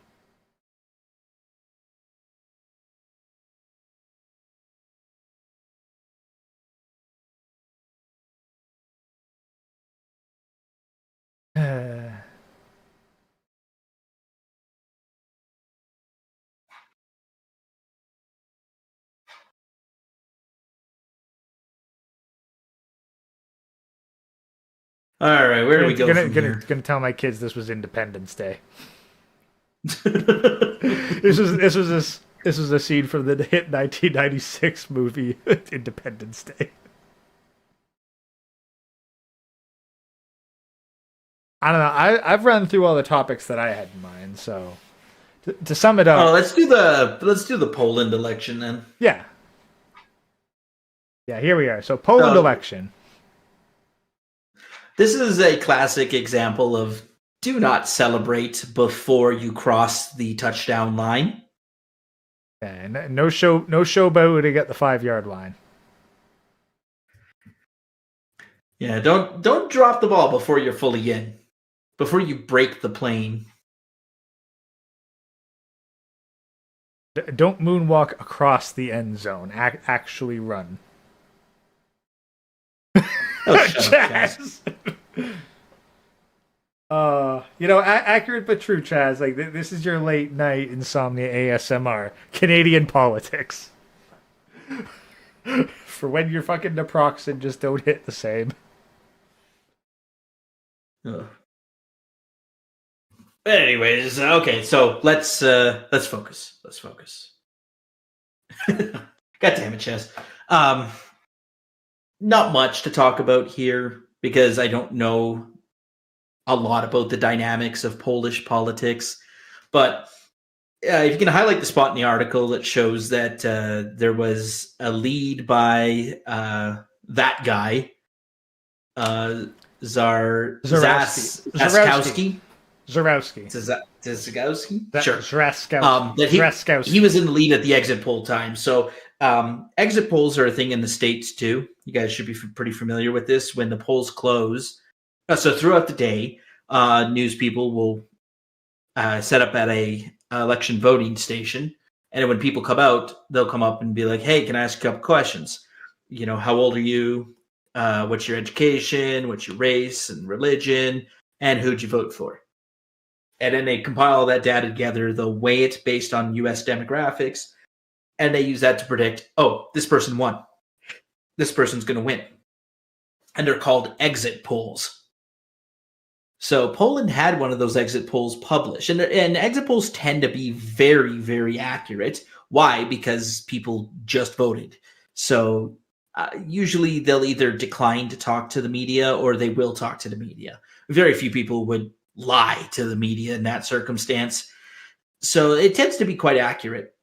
And it'll tell you kind of what's going on that day or what results you can expect. It is, however, interesting that the guy started celebrating.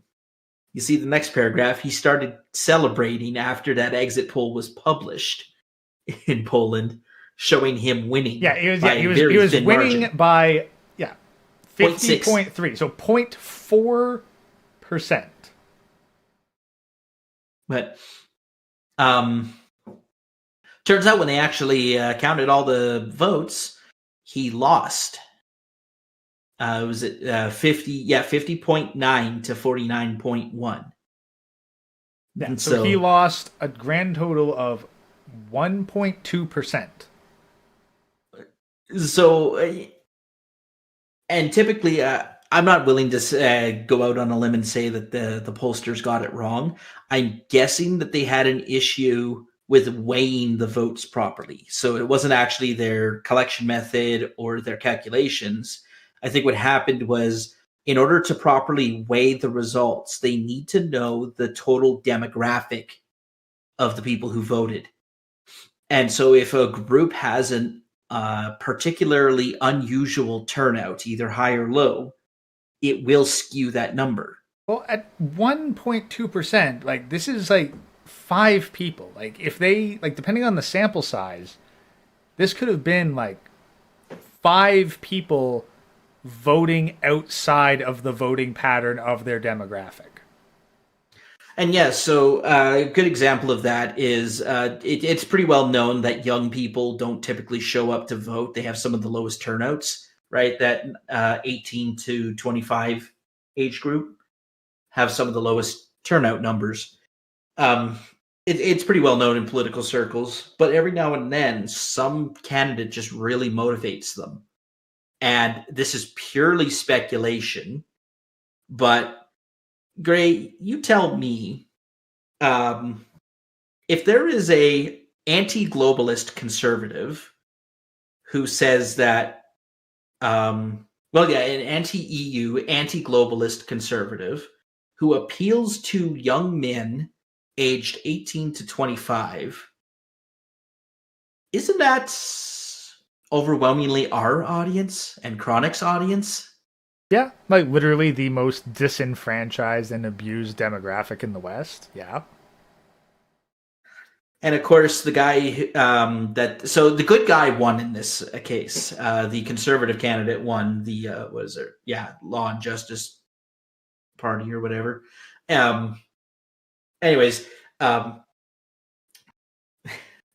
The president, he's like, very close ally of Donald Trump. He, speaks his mind.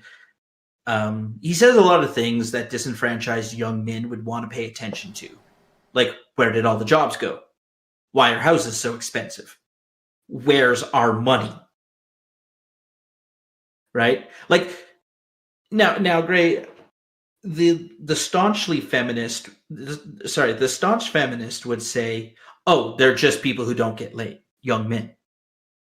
Honestly, Gray, where is getting laid in your, let's say, top 20 things you need to do on a day-to-day basis? It's not even on that list. No, and now here's the thing. I'll admit, more important things. Here's the thing. I'll admit, I am more fortunate than a lot of guys that I've actually had a series of relationships that did have a very high level of intimacy. So I also don't really have the whole mystery of it all hanging over. But I'm at the point where it's like, look, if I'm not intending to put kids in her, I'm not bothering. It's a lot of work. It really is. Like, to even get to that fucking starting point, not even considering, like, literally moving to the Philippines is a higher priority than getting laid. Yeah, get your passport, bro. Anyways, well, no, like they're the ones with the good marriage laws. Like, look, if I want kids, like I basically either have to move out to the Philippines, get married under the Catholic law there, and have a family there, or I have to go for surrogacy, which requires saving up tens of thousands of dollars. Tens, man, you're looking at 100. I've seen it as cheap as like 20 to 40. I would not take the cheap option. Come on, Gray. Come on. You're not shopping for a TV in Walmart, man. Do not take the cheap option. Yeah, no. Okay, but here's the thing. What are the... Okay, you do realize that... to be fair, in the Canadian economy, 100 grand won't even get you a fucking house, so... Gray, you realize that if you take the cheap option, your kid is going to make Chris Chan look well-adjusted. Like, you're not wrong. So that's the thing. So yeah, reassess fucking price. So I either have to save up $100,000, or I got to move out to the Philippines and live there and work remote to make fucking Western money while in, well, Southeast Asia. Yeah, but Duterte is not in charge there anymore, so it's kind of gone back to being a... Anyways, moving on. Yeah, I'm aware that these are fucking... Look, I don't have a lot of options, but point is, like, literally saving up $100,000 is a higher priority than getting laid. Yeah. Yeah, I go downtown. There's a good night scene here where I live, and I'll head down late at night on a Friday, see what's for picking out there. Don't always, in fact, it's kind of like fishing. You don't always catch the fish, but you make sure that even if you don't catch the fish, you still had fun. Okay, honestly, I would not even I don't even bother with that because A, I got a lot of shit to do in the evenings. B, I'm in a far smaller town than you, so anything that happens, everybody's gonna know. But that aside, that's like once. Let's see. In the last month, I think I've gone out twice, like late nights, like gearing up, ready to go. Yeah. In the last month, I've done that twice. Every other night is, hey, do I got everything ready to go to work tomorrow? Oh, by the way, how are my investments doing? Because I'm saving up to buy a very nice house that, well, anyways. Seven-figure house with your fucking rich-ass job money. Yeah. Yeah. Look at the avatar, man. Look at the avatar. Yeah, no, that's the thing. That's how I go to work every day, dressed like that. I mean, to be fair, this isn't too far off of my typical work outfit, depending on the season. So you can tell we're in very different industries. It is the culmination. Like I'm in my 30s now, so I'm not my young 20s anymore. But it's the culmination of about a decade of laying groundwork that I'm starting to see pay off, and it's Father Time is unbeaten except for Tom Brady. So yeah, well, we can't all have fucking... I've got priorities to work on. Yeah, well, we can't all naturally produce the spice, so... Yeah, like Tom Brady couldn't keep a wife. Yeah. And he's got everything going for him. So... But you see, if Tom Brady if Tom Brady had kept his wife in the Philippines and just visited instead of, having a wife in America. Okay, so this is actually a fun statistic. I've played a full 18 holes in different golf courses around Alberta more times this month than I've gone looking for puniti. That's where my head's at right now. That's what my priorities are. Yeah, no, like, that's the thing. Like my bi-weekly event is Shut the fuck up, Chaz. Fingering yourself doesn't count.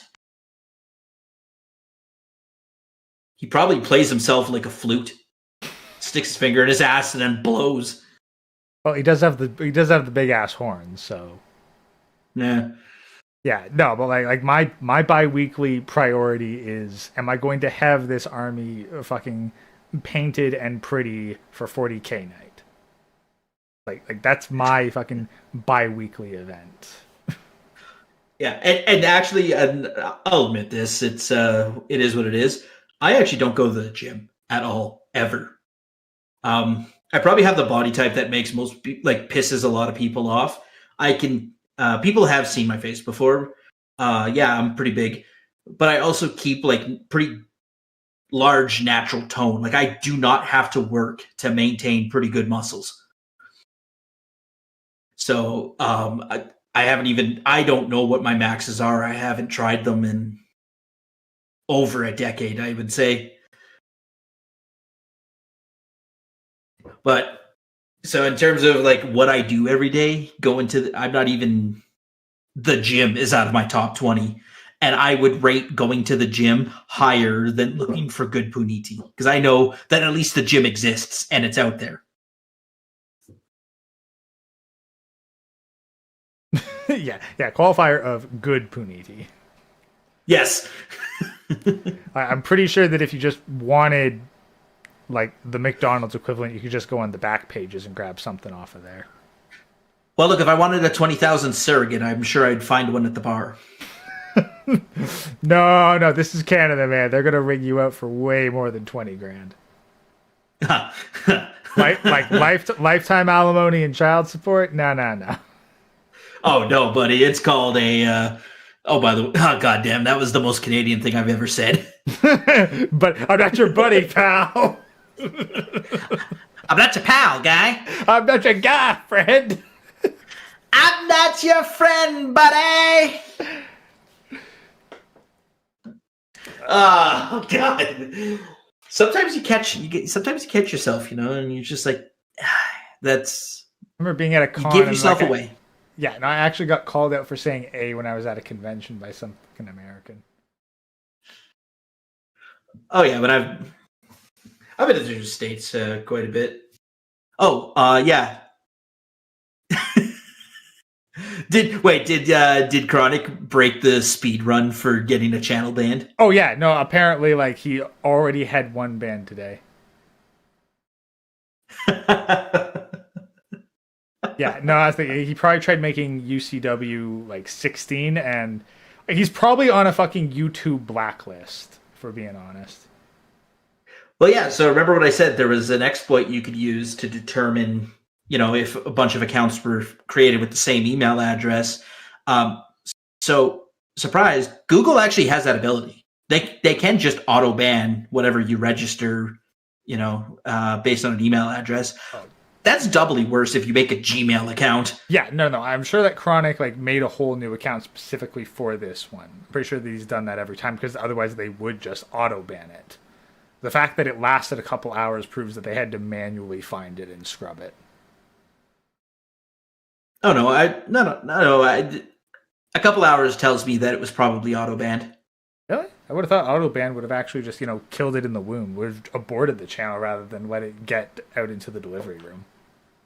Well, see, I've never looked at the net code that runs all this infrastructure, but you do remember a time when YouTube wasn't owned by Google, right?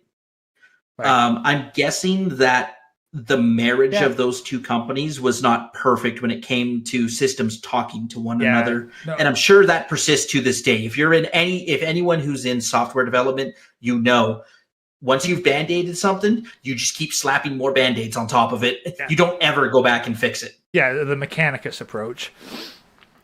So no, I think that was like what I'm guessing early. the Funny thing, the do you know system that why? like Do you know why Google bought YouTube? I remember. It wasn't it because oh, sorry, no. I'm thinking of the reason why that what was her name? That Susan Wojcicki woman was put in charge. No, that came way after. Yeah, okay. No, I don't remember. No, it was because so YouTube was for a while the second most popular search engine, and Google tried to compete with Google Video, and it failed to gain traction. I remember Google Video. So then they just bought YouTube. In the early days of Google Video, they had signed a deal with a lot of record labels, and so a lot of people were viewing music videos through Google Video. I think that's basically why it lasted as long as it did. But anyways, what I'm getting at is that the mechanism for linking Gmail accounts to YouTube accounts is still imperfect. So the system can't automate the screening that it does for, band channels or whatnot. That probably is a separate system that goes through the database and says, oh, here's all the channels that got registered in the last 48 hours. Let's take a scan through them. Yeah. And so it's a couple hours delayed, but no, banning it in a couple hours tells me it was automated. There's no way that a person, if a person was sitting on the Switch and they get a notification like, hey, a new YouTube channel, no, there's not enough people on the planet that would be able to handle that. Yeah, but if it was specifically for stuff that was flagged, because here's the thing, when Chronic appealed his channel, they reviewed his appeal and rejected it in 2 minutes. That could have also been automated. Yeah, the whole point is though, you're supposed to apparently have a fucking human look at it. That's the whole theoretical point. No, yeah. Oh, you expect way too much. No, from this. I say no. I'm just pretty sure that given how much they have SmackDown, there's got to be at least one person who is as dedicated to their job as this fucking doom scroller Evan Loves Worf. Guaranteed. There's someone who's the equivalent of the YouTube equivalent of a fucking Reddit mod, who is that is all that they do all day. Is just look for shit to fucking strike down. And they are just on top of that at all times. No, that could not be. There has to be some subsystem that triggers them to go and look at it. Yeah, no, because I'm sure that there's an alert system, not manually combing every new channel that pops up. But I'm pretty sure that if you put Undead Chronic in your channel name, they at the very least get a ping to have someone take a look at it. Oh, that would be. Actually, they might do an IP-based ban. That would be the other thing. We're Undead Chronic channel. Okay, backtrack the IP. See who created it. Oh, it's the same guy who created the other. Well, that's a ban evasion right there. Delete. Because I know Twitter has that. Before Musk got in and took it over, Twitter had IP detection for ban evasion. It was actually very easy to circumvent it, but for the uneducated, for the tech boomer like yourself, people would just go and create new accounts. It's true. I can fucking click activate on my Brave browser and activate the VPN anytime I want. Yeah. Well, I've had this debate 100 times before, but anyways, the VPN is window dressing for someone who truly wants to get you. Yeah, no, I'm sure it's not actually super effective. What I do know is that I can't use my wireless printers when it's active. Well, I probably could use a wireless printer when it's active.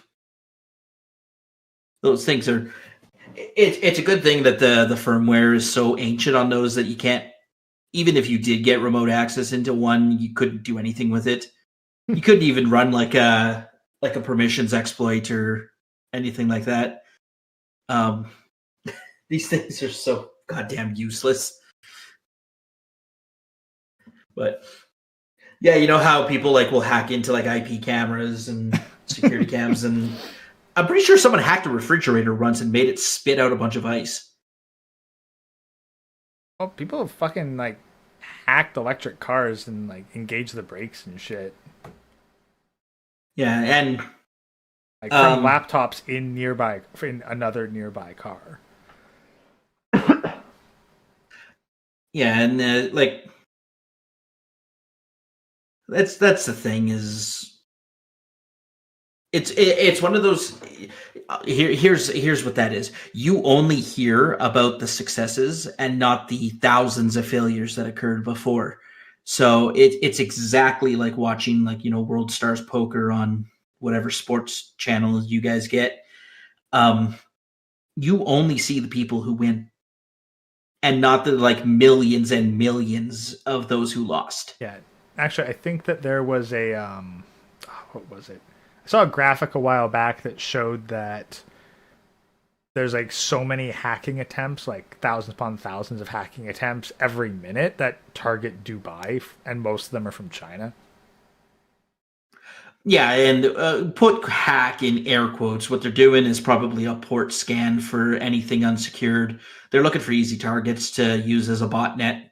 Actually, yeah, funny enough, I think that was a little over a month ago that dead internet theory was actually confirmed, where the majority of internet traffic is actually malicious bot traffic, and 30% is like malicious bot traffic.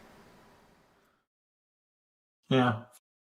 I bet if you could just like sever the international connection between India and the rest of the world, that would drop to nothing. It would definitely sharply decline, yeah.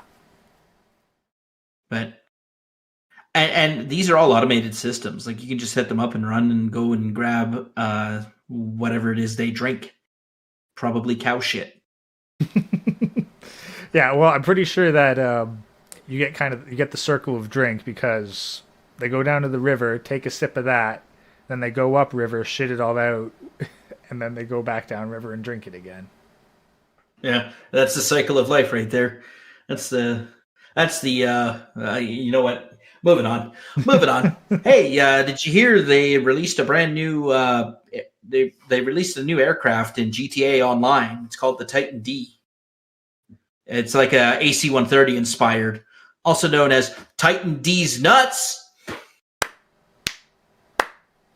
God, now I've got I just got both by fucking co-host and fucking warband member in chat.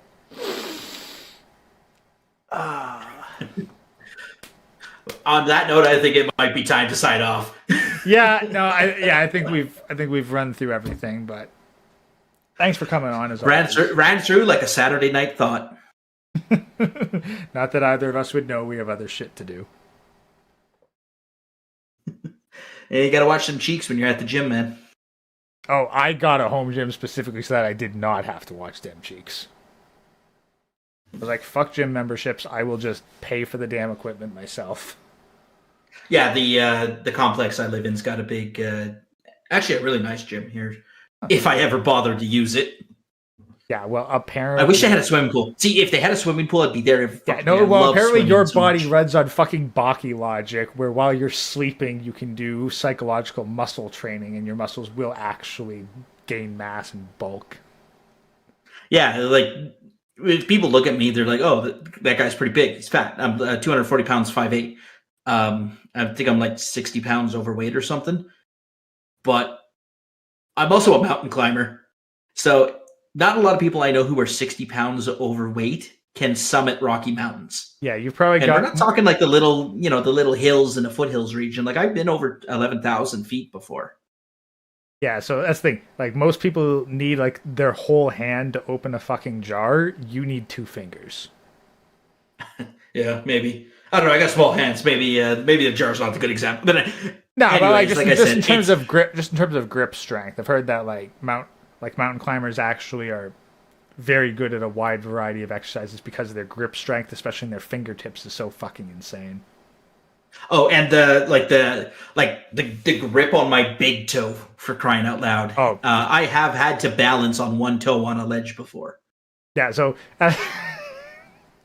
yeah, so your squat game's fucking insane because you can lift 240 pounds on one toe. Oh man, there's a calf raise machine that I've used before, and even if I pin it to the max, I can still get in, well, more than 50 reps. And then at which case I'm just like, okay, I'm bored, I'm leaving. Like at this point, like you've successfully turned weightlifting into cardio. Yeah. So I've got some monster calves. Kind of like soccer player calves. Have you ever see like the tree trunks that soccer players have? That's what I got. Different physique from like Tour de France people. Oh yeah. No. It's never skip leg days. It's honestly fascinating seeing like precisely like when in the Olympics they realize that, hey, different sports have different specializations for the optimal training regimen. Because apparently up to that point, everyone more or less had the same physique going into the Olympics. And then they started to specialize, and the record quality just took off like crazy. Okay, we need here's a suggestion going forward for your streaming setup. I need a counter on the screen, and every time I say, shut the fuck up, Chaz, I need it to go up by 1. Please, thank you. I will see if I can figure out a way to implement that in a way that I can actually click it like a clicker. I was like, this was a very rushed setup here. I'm definitely intending to upgrade it now that I'm fiddling with OBS proper.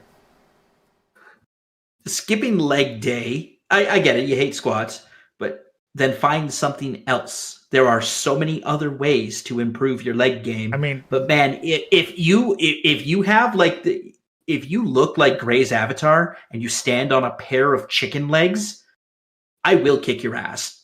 And because you skipped your squats, that ass is going to be flabby as shit too. Like, let's be honest, squats are more for ass day. Like, and I've seen the body type before. If I wanted to push you out of the way, you'd probably roll your ankle and break something in the process. But the chicken leg body just doesn't. What are you doing with your life? Where are you going? I guess it's just a Canadian thing because hockey is so intense on especially the glutes and the inner legs. Well, yeah, because like we basically do like we don't do baseball for our like growing up. It was you did hockey in the winter and you did soccer in the summer. It's like you're always running. Yeah, and skating is like your hip flexors. You can tell someone who's never been on skates in their life. Rollerblades, I guess, would be an acceptable substitute, but because they're hip flexors, you wouldn't know this unless you were doing like a physio regimen, especially after you've been injured. But you know that resistance band you put around your ankle and then you try to lift your leg out to your side? Yeah, so I can snap one of those. Most people probably couldn't get their leg very high at all with the resistance. I've actually had to train mine because I was out of skating for a long time. And then when I got into the trade work, which was a lot of like heavy lifting and carrying stuff, the weak hip flexors actually really started fucking me. And it's only recently I realized what the heck happened. But the problem wasn't just that they were weak. It was actually that I was too flexible. Oh, you're one of those. Yeah, no, it was like so flexible that like it actually started to fuck with my sciatic nerve and really laid me up for a while. Okay, yes, I know the issue you're talking about. you're gonna laugh, but try yoga. Do a couple of the stretches that they do, and you'll hear a very loud, audible pop in your hip. You'll want to go on the opposite side of where the pain is.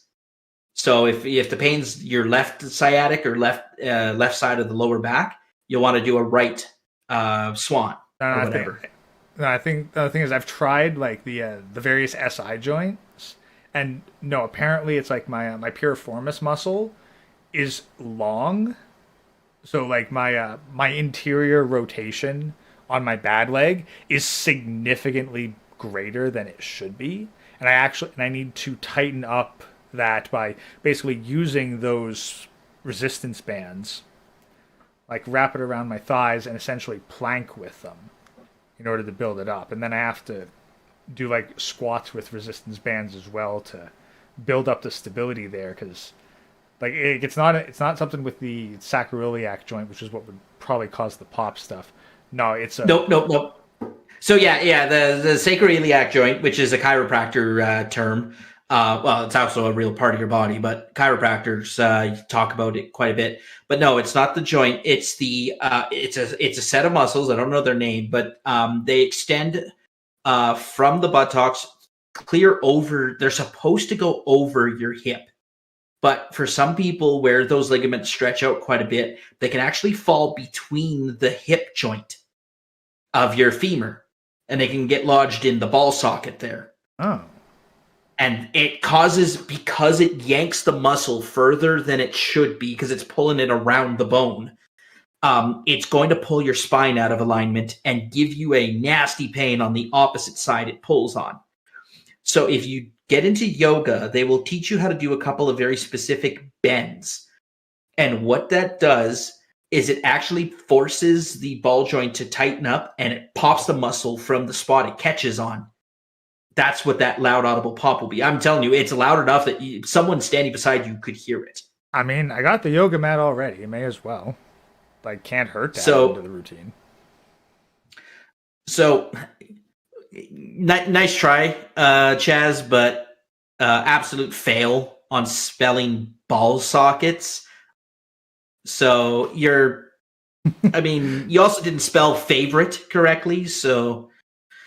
I'm sorry, man. I mean, it would have been a good burn and everything, but you spelt it wrong. I mean, to be fair, I award you no points. Also, fuck you, Chaz. I'll get the counter. For fuck's sake. I'll make a fucking program in Godot specifically to have it open, and it's just a fuck you, Chaz counter. Hey, quote, shut the fuck up, Chaz. I've been looking for a mini Godot project to put together, so fuck it. I will make that, and then I will sell it for 99 cents on itch.io. See, he put the apostrophe in mins, but then that's like making a tremendous interception and then running it back to the goal line and dropping the ball before you break the plane. Hey, look. He was raised on a U.S. education, okay? We can only expect so much. It's a miracle he's literate at all. Well, you know what? Godspeed to you, Chaz. I hope you get better. Yeah. Out of curiosity, though, do you have any idea, what that particular, routine might be called? No, I just know that someone showed me a couple of stretches and exercises that were like yoga stretches, they worked miracles for a couple of very nasty issues that had been plaguing me for many years. And honestly, when you're used to being able to, scramble up the side of an 11,000 foot mountain and you can barely lift your leg up a set of stairs, it's very distressing. No, I'm well aware, because trying to navigate around just hilly terrain and being in agony for hours on end, constantly limping. No, I get that. And see, I'm built for I'm built to not, I guess, fail or to not have catastrophic failure. I have walked 30 plus kilometers backcountry camping with about a 90-pound backcountry bag on my back. And I know it was 90 pounds because I weighed it before I left because I was curious. I'm like, this thing's freaking heavy. And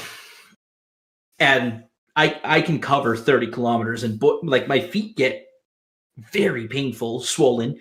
Everything hurts and aches. But for some reason, my brain just overpowers it and says, one foot in front of the other. Just keep going. That's how I can get to the top of these Rocky Mountains, because a guy my size shouldn't be up there. A guy my size would be so exhausted, tired, injured, out of breath. Like I don't have miracle cardio or anything. I have very shit cardio because I don't do anything. I don't ever exercise or do cardio. So Except I when you will do the lose leg my press, breath. apparently. Yeah. Well, let's see. Okay, so let me see if I can go back to. I'm sure I've got it written down here because Maybe you need more dramatic pacing and more dramatic pacing at your job. Do 10,000 steps, but don't move more than 50 feet at a time. Oh, AC. Yeah, AC. I'm not using the Streamlabs link. I'm not using Streamlabs right now. This is just straight OBS. So I've got to like reintegrate all kinds of extra donations for that. But well, if you can go find the tip, go read it anyways. While you're doing that, I can tell a little bit of a story anyways. Yeah. So when I said I hadn't been to a gym properly in 10 years, I actually did sign up for some personal training 10 years ago. And if I look through my computer here, I think I've still got some of the sheets that I filled out for my maxes. So we'll see what I was. Now, 10 years ago, I would have been about 220 pounds. So about 20 pounds lighter than I am now. No, maybe, yeah, somewhere I would have been between 200 and 220. Fluctuating back and forth, with the seasons and whatnot, being solar powered. Anyways, let's see if I can pull this up here. So I got a max 375 on the squat. Jesus, that's impressive. Double your fucking body weight. Yeah, guys, this is someone who does not work out at a gym, doesn't go to the gym, doesn't take anything to lives a very unhealthy lifestyle. It's not like I eat salads for lunch or anything. But you do fucking mountain climbing. Like, that's got to count for something. Well, it clearly does because it can. And yeah, then, so you're not going into the gym, but if you're climbing a fucking mountain, like, if you were to count that as going to the gym, then I'm pretty sure that your gym hours are at least reasonable. Okay, no, so I've done a dozen visits to the gym then. per what, okay, in your life, or? Well, I've summited 12 mountains successfully. Yeah, is it 12? But it's no, sorry, it's 13. I did get a new one last year, so it's 13 now. Yeah, but you didn't do any prep at all. You just were like, yeah, I'm gonna climb that one, gonna put my bag on and get going. Literally, yes. Okay. So congratulations, guys. This is what it means to win the genetic fucking lottery. Oh, yeah, and also I look about 8 years younger than I am. I love when people try to guess my age, and they're like, oh, yeah, you're like 25, 28. I'm like, oh my God. Yeah, our fucking CSIS agents are listening to this right now and wishing that you'd gone to the fucking military. I tried to. I actually did during COVID. Something medical came up. Actually, anyone who remembers me from the Drex days actually knows what that's about. Because that would have happened while I was still doing the show with Drex, but yeah, I tried. Oh yeah, I tried. It didn't work, and now my career change ended up going somewhere else instead. Let me see if I can hit the replay on this, and maybe it'll come through. All right, so yeah, but so I didn't hear anything. Yeah, no, it didn't come through. So from Not Chitin Chaz for a 2-piece.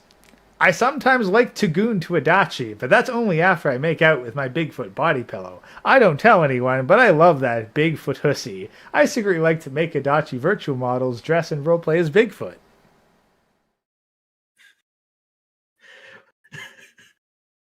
$2 well spent. Thank you. Not Kite and Chaz.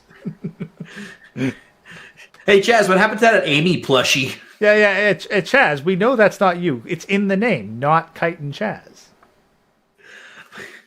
I still have that clip I got from his Sonic stream where I made it worth his time. I made it worth his time. Yes, AC, we did.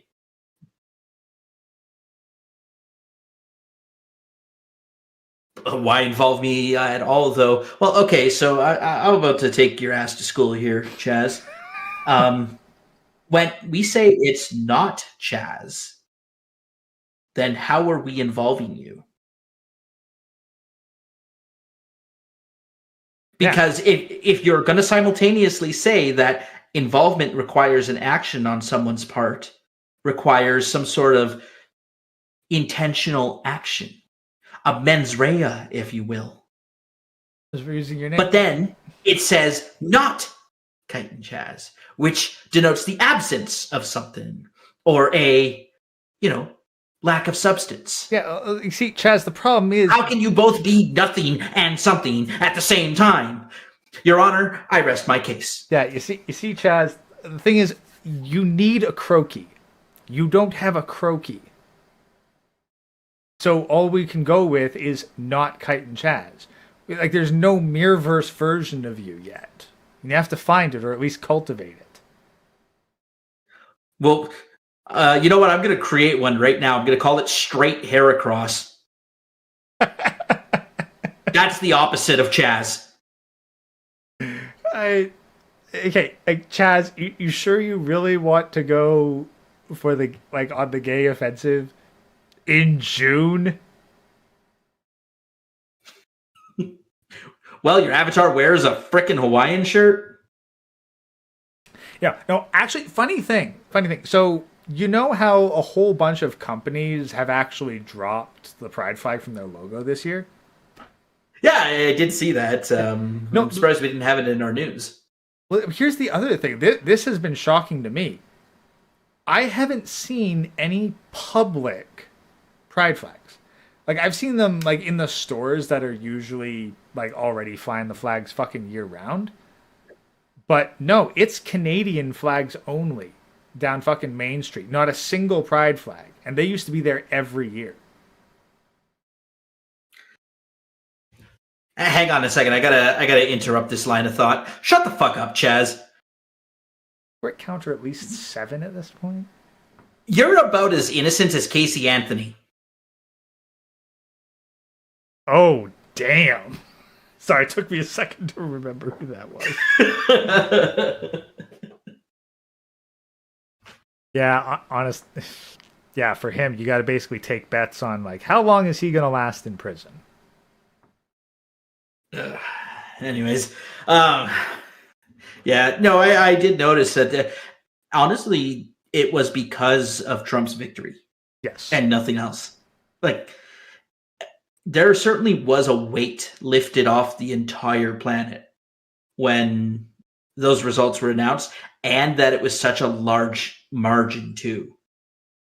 Because remember, his first victory, his first go around, they were like, "Oh, but he didn't win the public. He didn't win the popular vote. Hillary won the popular vote."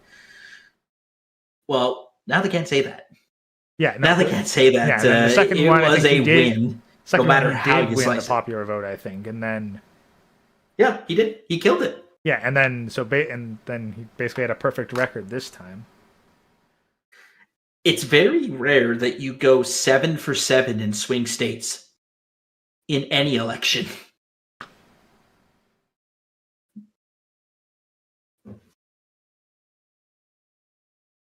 But anyways, it does feel like this was the first. This is what the world always should have been. Here's my problem. Is the pendulum still swinging to the right, or has it stopped and it's about to go hard left? Well, okay, the thing is, the financial world is too shit for it to swing back. Like, people right now, they are fucking broke and they are fucking tired. Like, there is not going to be enough economic prosperity, like, within Trump's remaining term to make people forget about what came before. I do see the economy as having a major realignment, though. And I don't know if have you ever seen anyone in your community make something? Or rather, do they just drop ship everything? Like even custom t-shirts, do you see them actually make the t-shirts, or they just ship it out and get it done by someone else? Well, the thing is, like, I work with a bunch of miniatures guys, and both me and a bunch of other guys in the group, like, we print our own. We print the fucking STLs, like, and like sell them to each other. As a hobby craft. Yeah, like kind of like hobby craft, kind of side gig, sort of deal. Yeah.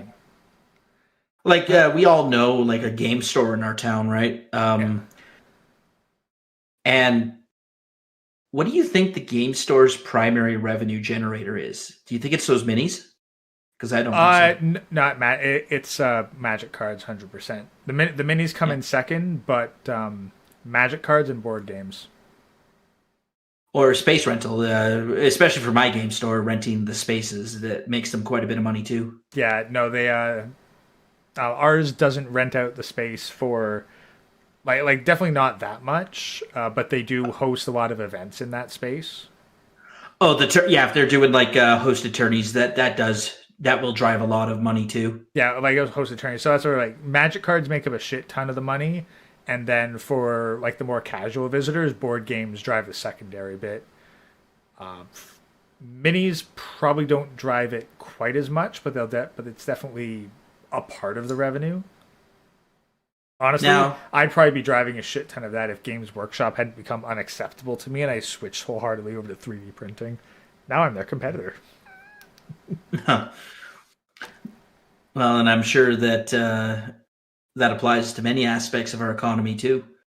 But I do wonder, like, I know two types. I don't play Magic the Gathering myself. I barely play Dungeons and Dragons, and only as like it was more of a school hobby than anything. I certainly don't play it anymore now that I'm working.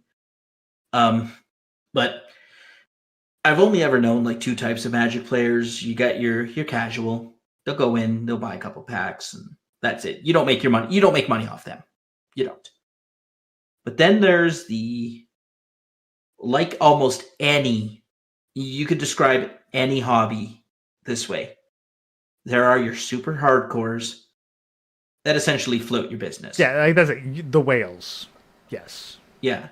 Bars operate on the exact same principle, right? It's the alcoholic that keeps them in business, not you who go in for a rum and coke after work. No, actually, I heard one story about this one guy. He'd go in, he'd buy like a box of Magic cards. Now, what did he do for a living? How did he make here's the thing. No, here's the thing. He actually made money off of it. Yeah, he'd go through. He'd buy the box, like a ticket scalper. Open all the packs in the store, find the most valuable ones in that box, sell them back, and walk out with a profit. No, yeah, and very similar to ticket scalpers as well. It's gotten to the point. Have you ever tried to buy a ticket to like the Edmonton Oilers Stanley Cup Finals? No, but when Video Games Live was coming to Toronto, I'd have to deal with that shit, so. And the vast majority of the tickets are just bought by an automated script. In fact, Canada's been trying to pass a law to crack down on that. That's how bad it got. Because people just automate the ticket purchase and then resell them. And it was the resellers market that made you, it was very lucrative. Used to be that you could scalp the tickets downtown at the game. I remember I've been to a couple of Leaf games before, and you see the scalpers right around the Air Canada Centre. But nowadays, you can make so much money buying the ticket with an automated script and then just resell them. And that describes just about everything. Yeah, that's the thing. I don't think the answer is to fucking try to ban that shit, because you're essentially trying to stamp out like something that is ever changing and evolving and can evolve faster than the law. Like, I think the only way to get around it would be to switch to you buy shit in person before you go in. Yeah, I mean, we have to do. Okay, you guys want a spicy take? It's pretty late at night. You want the spicy take of the night? We're backed up to Rumble, man. Like you can drop, like, just let me. If you're gonna drop Ed Bob's, just let me pop off YouTube. Oh, hang on here. Let me get Kanye West queued up here. This stream. No, it's actually it's a spicy take to a lot of people that would be Chronic's audience. Because actually, I think YouTube would agree with my position on this. I do think to tackle most of the ills that are on the internet, we are going to have to move to some form of digital ID.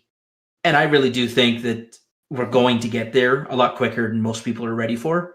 And it'll be very sudden. You'll just wake up one morning and it'll be like, oh yeah, we're announcing this new cool thing. And well, I mean, with Palantir, the foundation for its creation is basically already being made.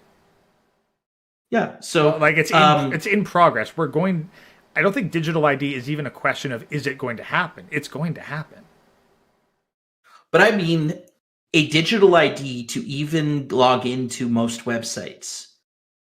Probably run nowadays. The government of Canada has what's called their GC key, and I use that to log in. I've said this many times before. You know, I'm a licensed firearm owner in Canada.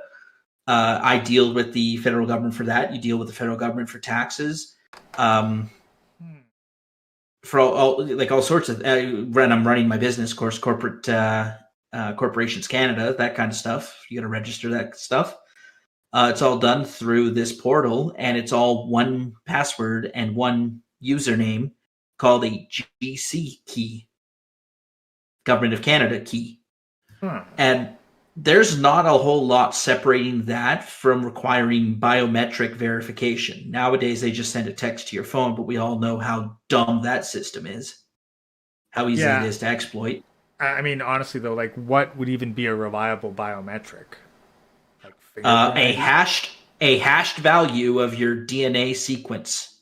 So what, you got to prick yourself with a needle every time you want to log in? No, it's embedded in a chip. But then how do you know that they have your chip? Like, how do you know that you're the one with your chip? Because it's in your body. Yeah, a knife can take care of that. Cool. then its tamper protection goes off. If in order to function, it requires your body heat. Yeah, I think that you'd want to like specify something so that people don't go, yeah, you know, instead of taking your wallet, I'm just going to ask you to give me a hand, your chipped hand specifically. Oh yeah, we'll be there very soon. People, you might think this is like, oh, this is Black Mirror shit. Oh no, yeah, I've seen it. It's already in progress. There's like prototypes that people have signed up for already and already got them embedded. There's that like muggings are going to be a lot more delimbing. They're going to basically cut your fucking hand off, raid your ATM while it's still warm, empty your account, and then take off. Well, here's a fun concept. If the chip is actually live and interfaces with the rest of your body, it can pull biometric data such as your heart rate, your pulse. Hey, if it's a Neuralink, it can pull your brainwave patterns. Perhaps the chip will not authorize any action unless those parameters fall within normal measures. There's one for you. Yeah, no, that's the thing. But that's admittedly spooky shit for me. Yeah, it kind of excites me. Like, I've always been a futuristic tech kind of guy. I tell you right now, if it was offered to me, I would accept a chip implanted in my wrist that lets me unlock my car. Like, I really would. I'd enjoy that a lot. and I can see and the door to my I can apartment. see it neat for the novelty, but like I don't even want a car like the car that I've got is about as advanced as I'd want it to be, because like I know a guy who, like, his truck just went in for some like some basic repair around the wheels because like the transmission was fucked, and even though the garage fixed it up, it had to be sent to the dealership, towed like an hour away to the dealership so that they could use their proprietary software to like take it out of the training program, because despite nothing being wrong with it, it was still in limp mode with the transmission. So Yeah, I mean, like that's the thing. So like when things get more and more electronic, like I see. yeah, and that's why I get back to Canadian Parliament. You're boring, chat. Shut the fuck up, Chaz. Anyways, it just means that the garage that your dad or your grandpa used to work at is going to go out of business, and it's going to get replaced by a computer software company, except that it won't be replaced physically because they can just outsource that. Well, no, that's the thing, but it's not going to be a computer software company because the software is going to be proprietary to the dealerships, which they outsource.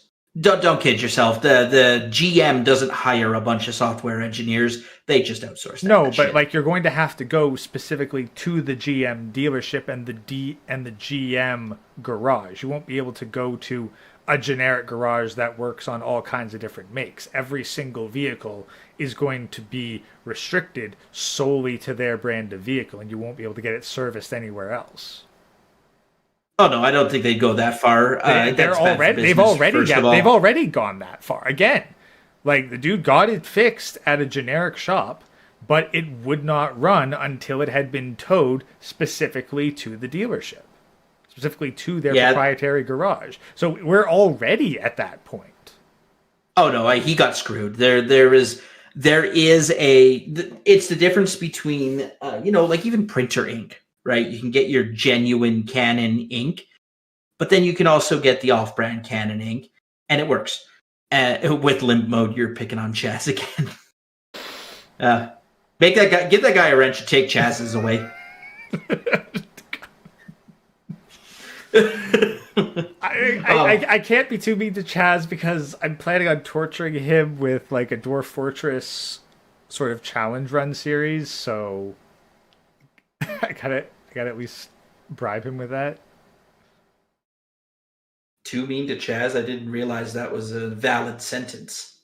I mean, it's kind of only it's like, one of those things where like it's really only okay when Chronic does it.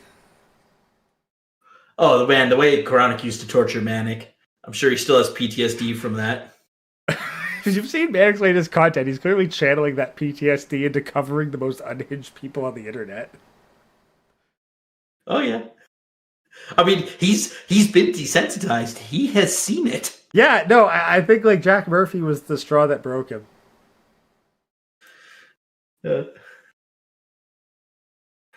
Oh boy. Yeah. No, honestly, those are memories. I remember. Do you remember? I don't remember if you were. I don't think you were there at any of these. But when Manic used to host the trivia game nights or whatever, those freaking Jackbox games. Yeah, no, I think I stopped in on like a couple of those. I think I even participated in one. I've seen Destiny suck D. I'm ruined. Well, tell you what, Chaz, you have seen more videos of dudes sucking dick than I have. That makes you hella gay. And a hell of a lot gayer than me. Okay. Although, hey, let's be honest. Hey, Tim, I wouldn't go that far because in your particular field, there is a non-zero chance you too will be required to watch stuff like that. Hey man, not to make this too dark or anything, but let's just say that no, age is not just a number. Yeah, That's the you're gonna have to. I think the only solace is that like you can see mind breaking shit, and you'll actually be getting paid a decent wage per hour for it. Chaz did it for free. Oh man, tell me about it. No, I've seen autopsy photos. Like a dead body doesn't mean much to me anymore. No, by just a little known fact, they don't actually. And this is funny that people think this way, but I guess if you're not in the field, you don't turn your mind to it a whole lot. But no, like everyone understands the basic concept of disclosure. Hey, what the police got about you, you got to give them over to your defense lawyers so that they can like build your defense. They don't disclose that stuff. The Crown prosecutor is not just like trading cheese pizza to everyone. No, they don't.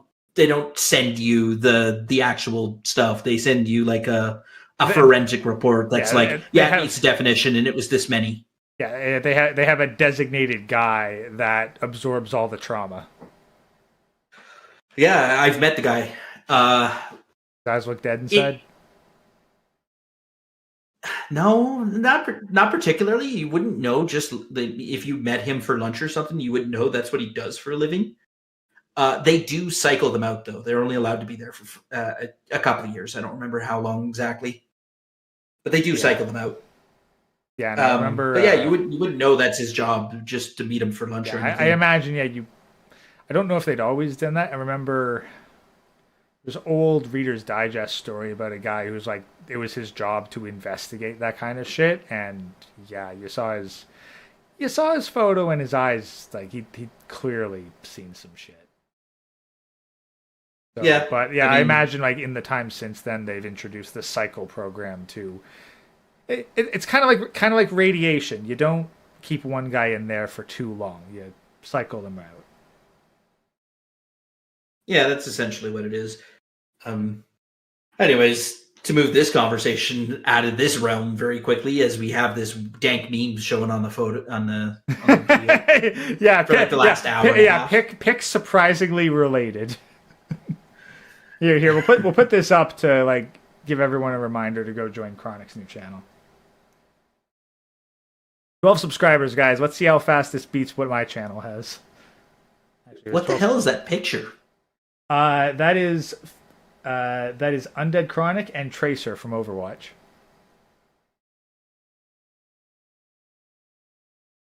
I don't know. It looks really weird to me. Yeah, I think that was like his old South American comic artist that because they were demonetized, she was no longer able to be supported by Undead Chronic, and thus her and her family's going to starve. So blame YouTube for killing jobs in South America. Wait, that's an option? Can we do more of it? Get YouTube to kill jobs in South America? I mean, I wish you could pull up comments to display on the stream, but yeah, AC is right. And you can trust AC. He's a mod. I don't even know if AC's a he or she or helicopter. Okay. Tim, do you honestly think that I get girls in my chat? Yes. Really? Yes. There's a couple that hang out in Chronic's chat. I imagine they're like I imagine they're like masochists. I reckon. But you know, they exist. Yeah, but that's Chronic's chat. I mean, certainly not at Drex. Drex had tons of women in his chat. Yeah, it was actually kind of weird. Yeah, but like it's Drex. You know what he does for a fucking hobby? Yeah. It's not really a living, it's more so a hobby. Drex bringing all the girls to the yard. I'm pretty sure that Manic's got a higher female follower count than me. Yeah, but Matic makes sense because, Matic makes sense. Everyone just wants to cuddle him. Yeah, he's got like the twink femboy thing going for him. I didn't mean that way, but okay. I'm not sure if that appeals to women. Like, there's plenty of women who are attracted to like Korean pop stars. He's got that aesthetic going. You hang out with very different women than I do. I don't know. Well, what's your basis in it then? I just thinking that he's like a broken young little kid, and every woman is like his mom and just trying to hug him. You took it way, way different direction than I was trying to. I just took it the way of the average high school teacher. It's the natural evolution of your women. Who am I to judge? You're probably a lot closer to high school age than I am. I actually kind of doubt that. Yeah, well. Like you said, you're in your 30s, right? Yeah, I'm in my 30s. Did you just get into your 30s? No. All right, we're probably close to the same age. Impossible. No. I don't even have my dad bod yet. Well, neither do I. Like, I'll get working on that pretty quickly. But I won't. Recent shit has gotten me off of booze, so it's like I'm kind of. That's the thing. Like, to not get a dad bod, basically just stay away from beer. Yeah. Well, I don't drink beer. I hate beer, but I do drink a lot of booze. Probably a lot more than I should. Well, as long as it's not like if it's not beer or wine, you're probably fine. It's hard liquor. Usually rum and coke. Yeah. No. Same. Rum and coke when I do would be the standard, but again, the problem is when you weigh 240 pounds, 3 or 4 rum and coke, and you could still drive. Fair enough. Like taking a women's version of a dad bod. Oh no, AC. If we're talking like what women call a dad bod, yeah, 100%. I've got that. Like anything short of chiseled fucking abs. Oh yeah, you know the meme, like 6 figures, 6 pack, 6 feet. Yeah, no. Right? I've seen like the woman's idea of a dad bod is Jason Momoa when he's not actively dehydrated. Yeah, there you go. That's the perfect descriptor. I can't possibly think of a better descriptor than that. Yeah. Yeah, no, I'm a little closer to that than like the Homer Simpson dad bod. But the only thing I got going for me is the 6 figures. Yeah. I come up short in a couple other areas, literally and figuratively. God, remember that there was once a time when Homer Simpson was considered comedically fat? Yeah. I those older episodes. Yeah.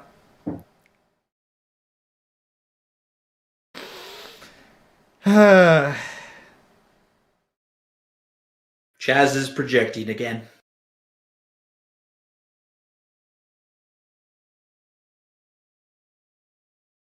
Pure projection. No. We're going to need a new light bulb with all that projection you're doing.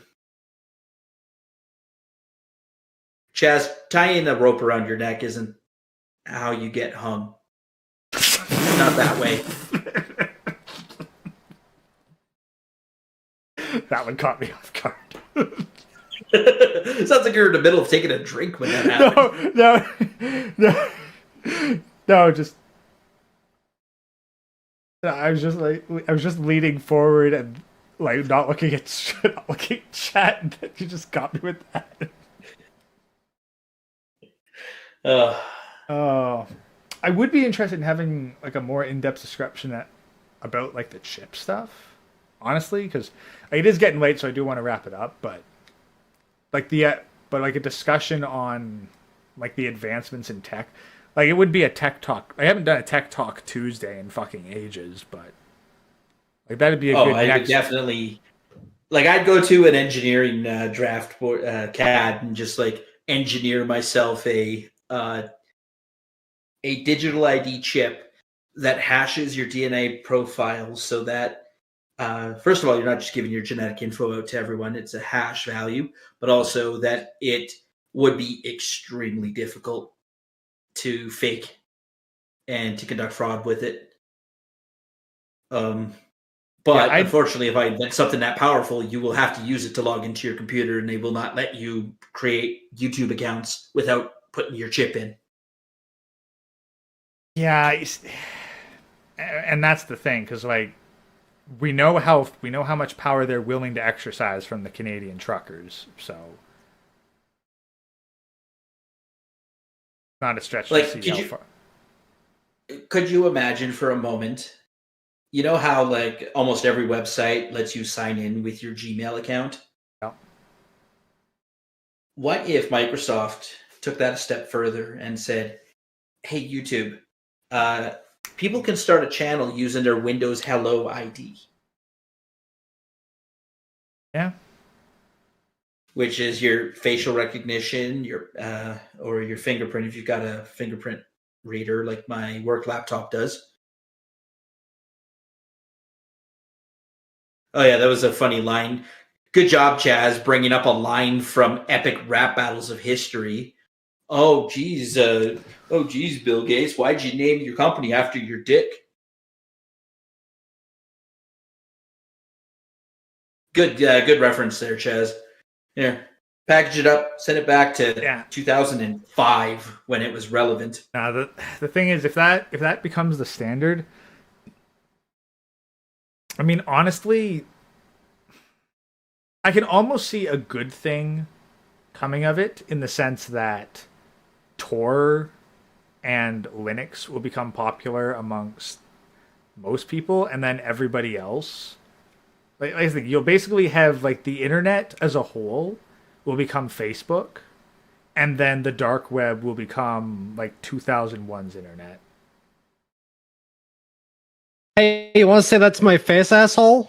Yeah, shut the fuck up, Chaz. Yeah, I just realized Gray sent me a link to like his own Discord. I realized, oh, I could join it. And I could call you as many slurs as I want, except I won't, because that'd be rude to Gray. I can't believe I just, I am a retard. Straight retard. Way to walk into someone's apartment, take a shit on the floor, and leave without any further explanation. Who said I'm leaving? No, I'm gonna sit in his recliner. I'm gonna watch him clean it up. Gonna fucking put your face down in that, slap you with a newspaper.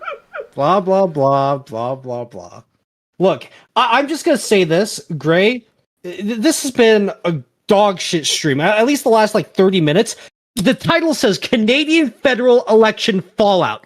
And what have you been talking about for the last 30 minutes? Not that. Okay, you're just gonna mislead your audience like this? Yeah, all 11 of them. Yeah. Speaking of misleading, why did you label your channel as entertainment? I mean, it's funny to see a retard try, Or hey, try Tim, and fail specifically. Okay, Tim, you've got to learn one thing about Chaz. You will never roast him harder than he roasts himself. I had one comment today. So I made a video talking shit about some dumb video about Pokemon.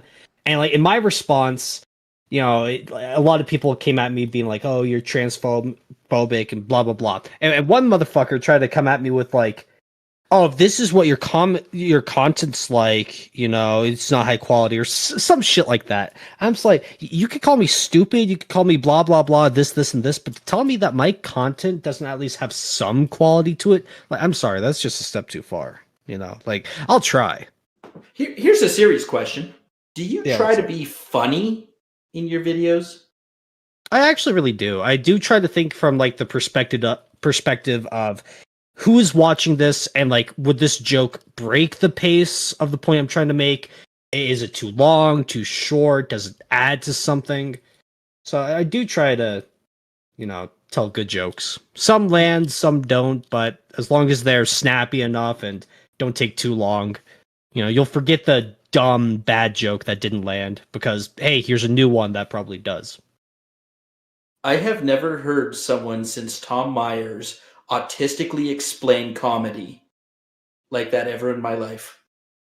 Chaz puts a lot of effort into the pacing of videos, humor, and scripts.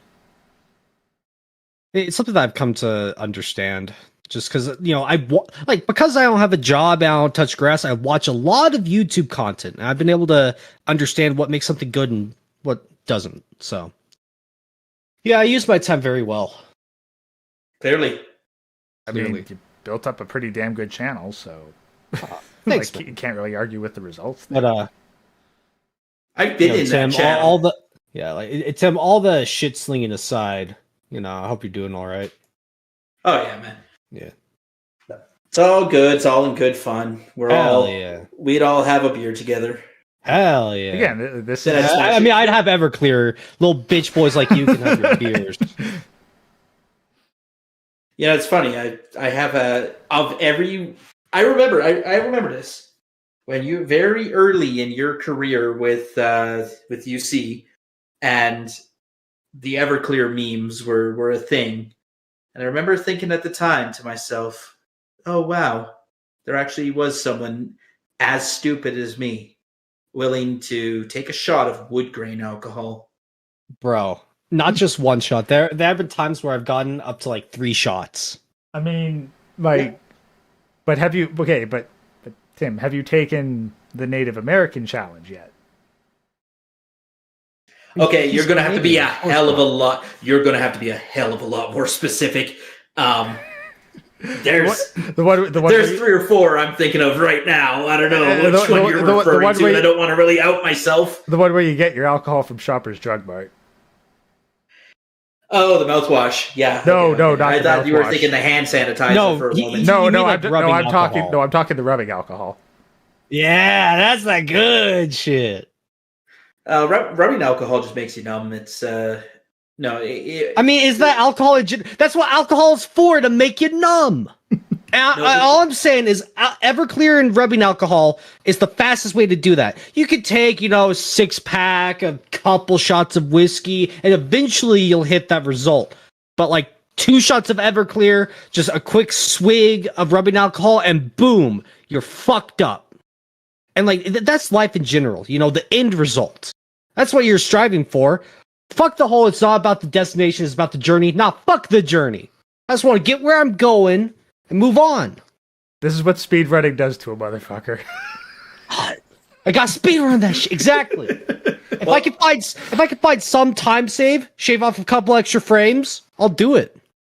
Unfortunately, if I were to wall hack through my apartment to get to my car faster, I'd just go splat on the pavement. Imagine how you honestly haven't considered like going down faster by literally climbing down the wall. You haven't at least considered that once. Like a parkour down the gutter or something? I'm just thinking like, rock climbing down the side, like window ledge to window ledge, Assassin's Creed style. Okay, hey, Tim, what's it like knowing that you'll never be the first person to climb Mount Everest? Exactly like it would be to know I'm the last person to climb Mount Everest. It's still the same, motherfucker. I've climbed it. What about you? No. I mean, I don't know, man. People have been there and done that. There's no glory to it anymore. I just enjoy posing with the dead bodies.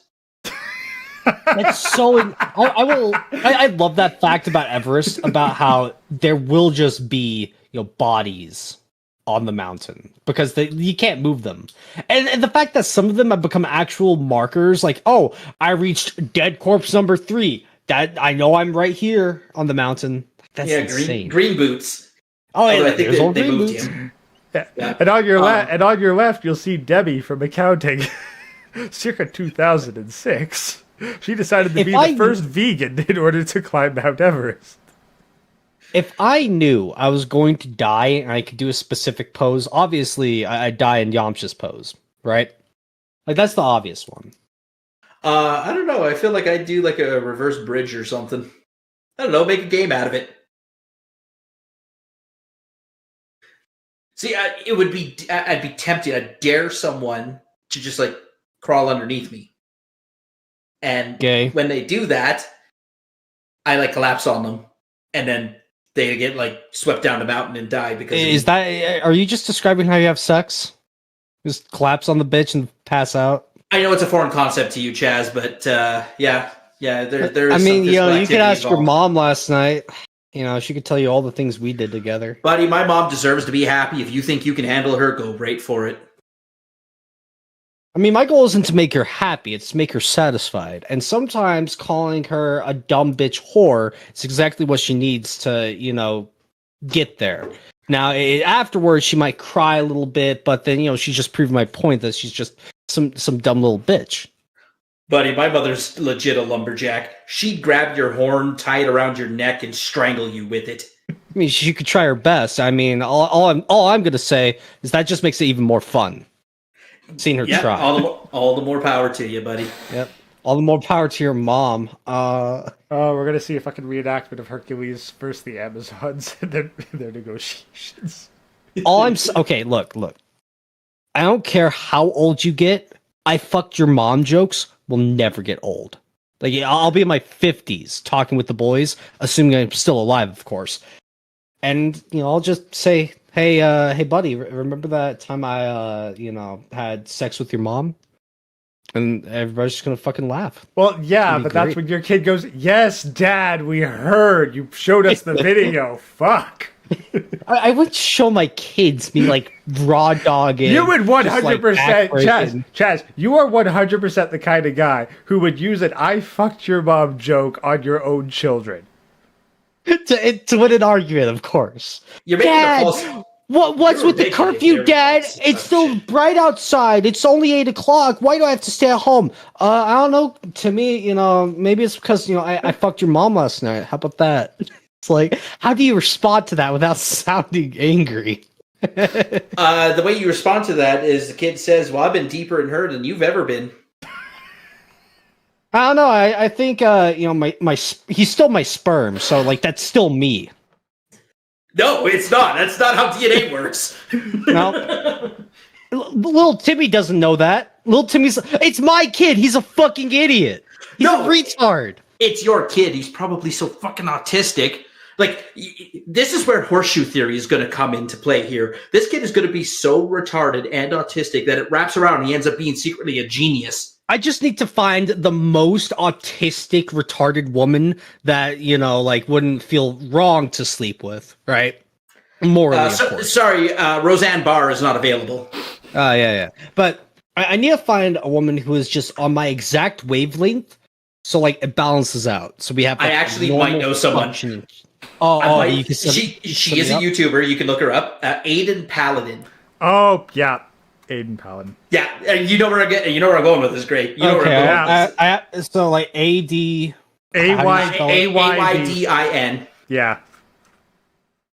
Honestly, Chaz, she probably puts about as much effort into her videos as you do, but whereas you do a lot of comedy, she does more documentary. She has 142,000 subscribers. I'm not even on her radar. No, but she's also married. But I mean, details. But honestly, if you and her chatted, especially talked content, you'd probably click. You think I have a chance, Gray? Hey, by the way, I have just cold called DM'd her before. She does respond. I don't know. I don't talk to ladies. I let the ladies talk to me. It's all about maintaining frame. I don't want to seem desperate. Too late for that. No, damn it. I don't know. Got me with that one. Hey, well, if her content interests you, and you can think of something to collab, she might actually say yes. Yeah, she is diagnosed with autism spectrum disorder. She's talked about that. I'm telling you, man, her and you would get along so well. That's the thing. Genuinely think you'd get along. So, anyways, she's a bit of a nerd. I am gonna stream. So great. Tomorrow there's an Xbox showcase, and a lot of people are.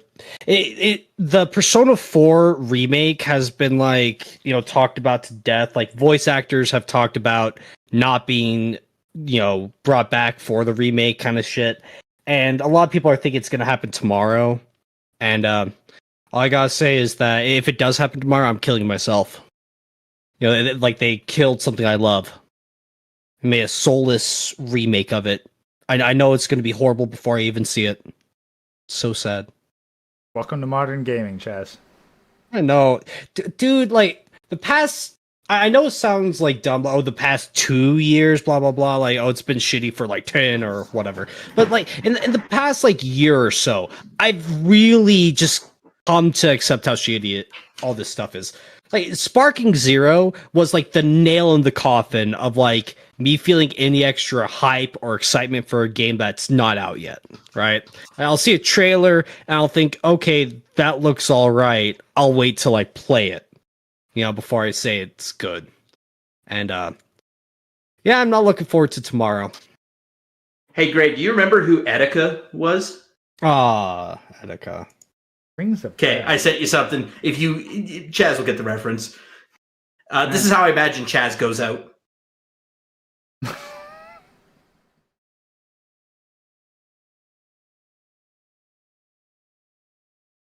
Yeah, anyways, I gotta go to bed. I hope the two of you have a good rest of your night. And, Good point to call it, but yeah, we'll end on this. Yeah, we'll end on this, and then I'll activate my usual send out tune. But yeah, next Friday, if that works, let's tentatively schedule a tech talk, assuming that Chronic doesn't have a warband thing going. Yeah, we could also pre-record it for something shorter like that. Good pre-record and just have it published on a Tuesday. Oh, you know what? Yeah, might not be a bad idea. So yeah, no, we'll schedule a time to just have a back and forth discussion on it, and then heck, maybe I'll actually start making video content again instead of just streaming random bullshit. Well, that's a good way to get your watch hours up, right? Yeah. X sub count keeps going up somehow, and I'm amazed by that. But thank you again for coming on, and thank you everybody, both on YouTube and Rumble, for stopping by to listen to us rant about politics and then a whole lot of other stuff. How the hell were 10 people still here for all that? I've got a very loyal audience. You know what? You don't need much else more than that in life. So good night, everyone. Peace be upon you, and shut the fuck up, Chaz. All right. You have a good night, everybody. Play you out. Peace.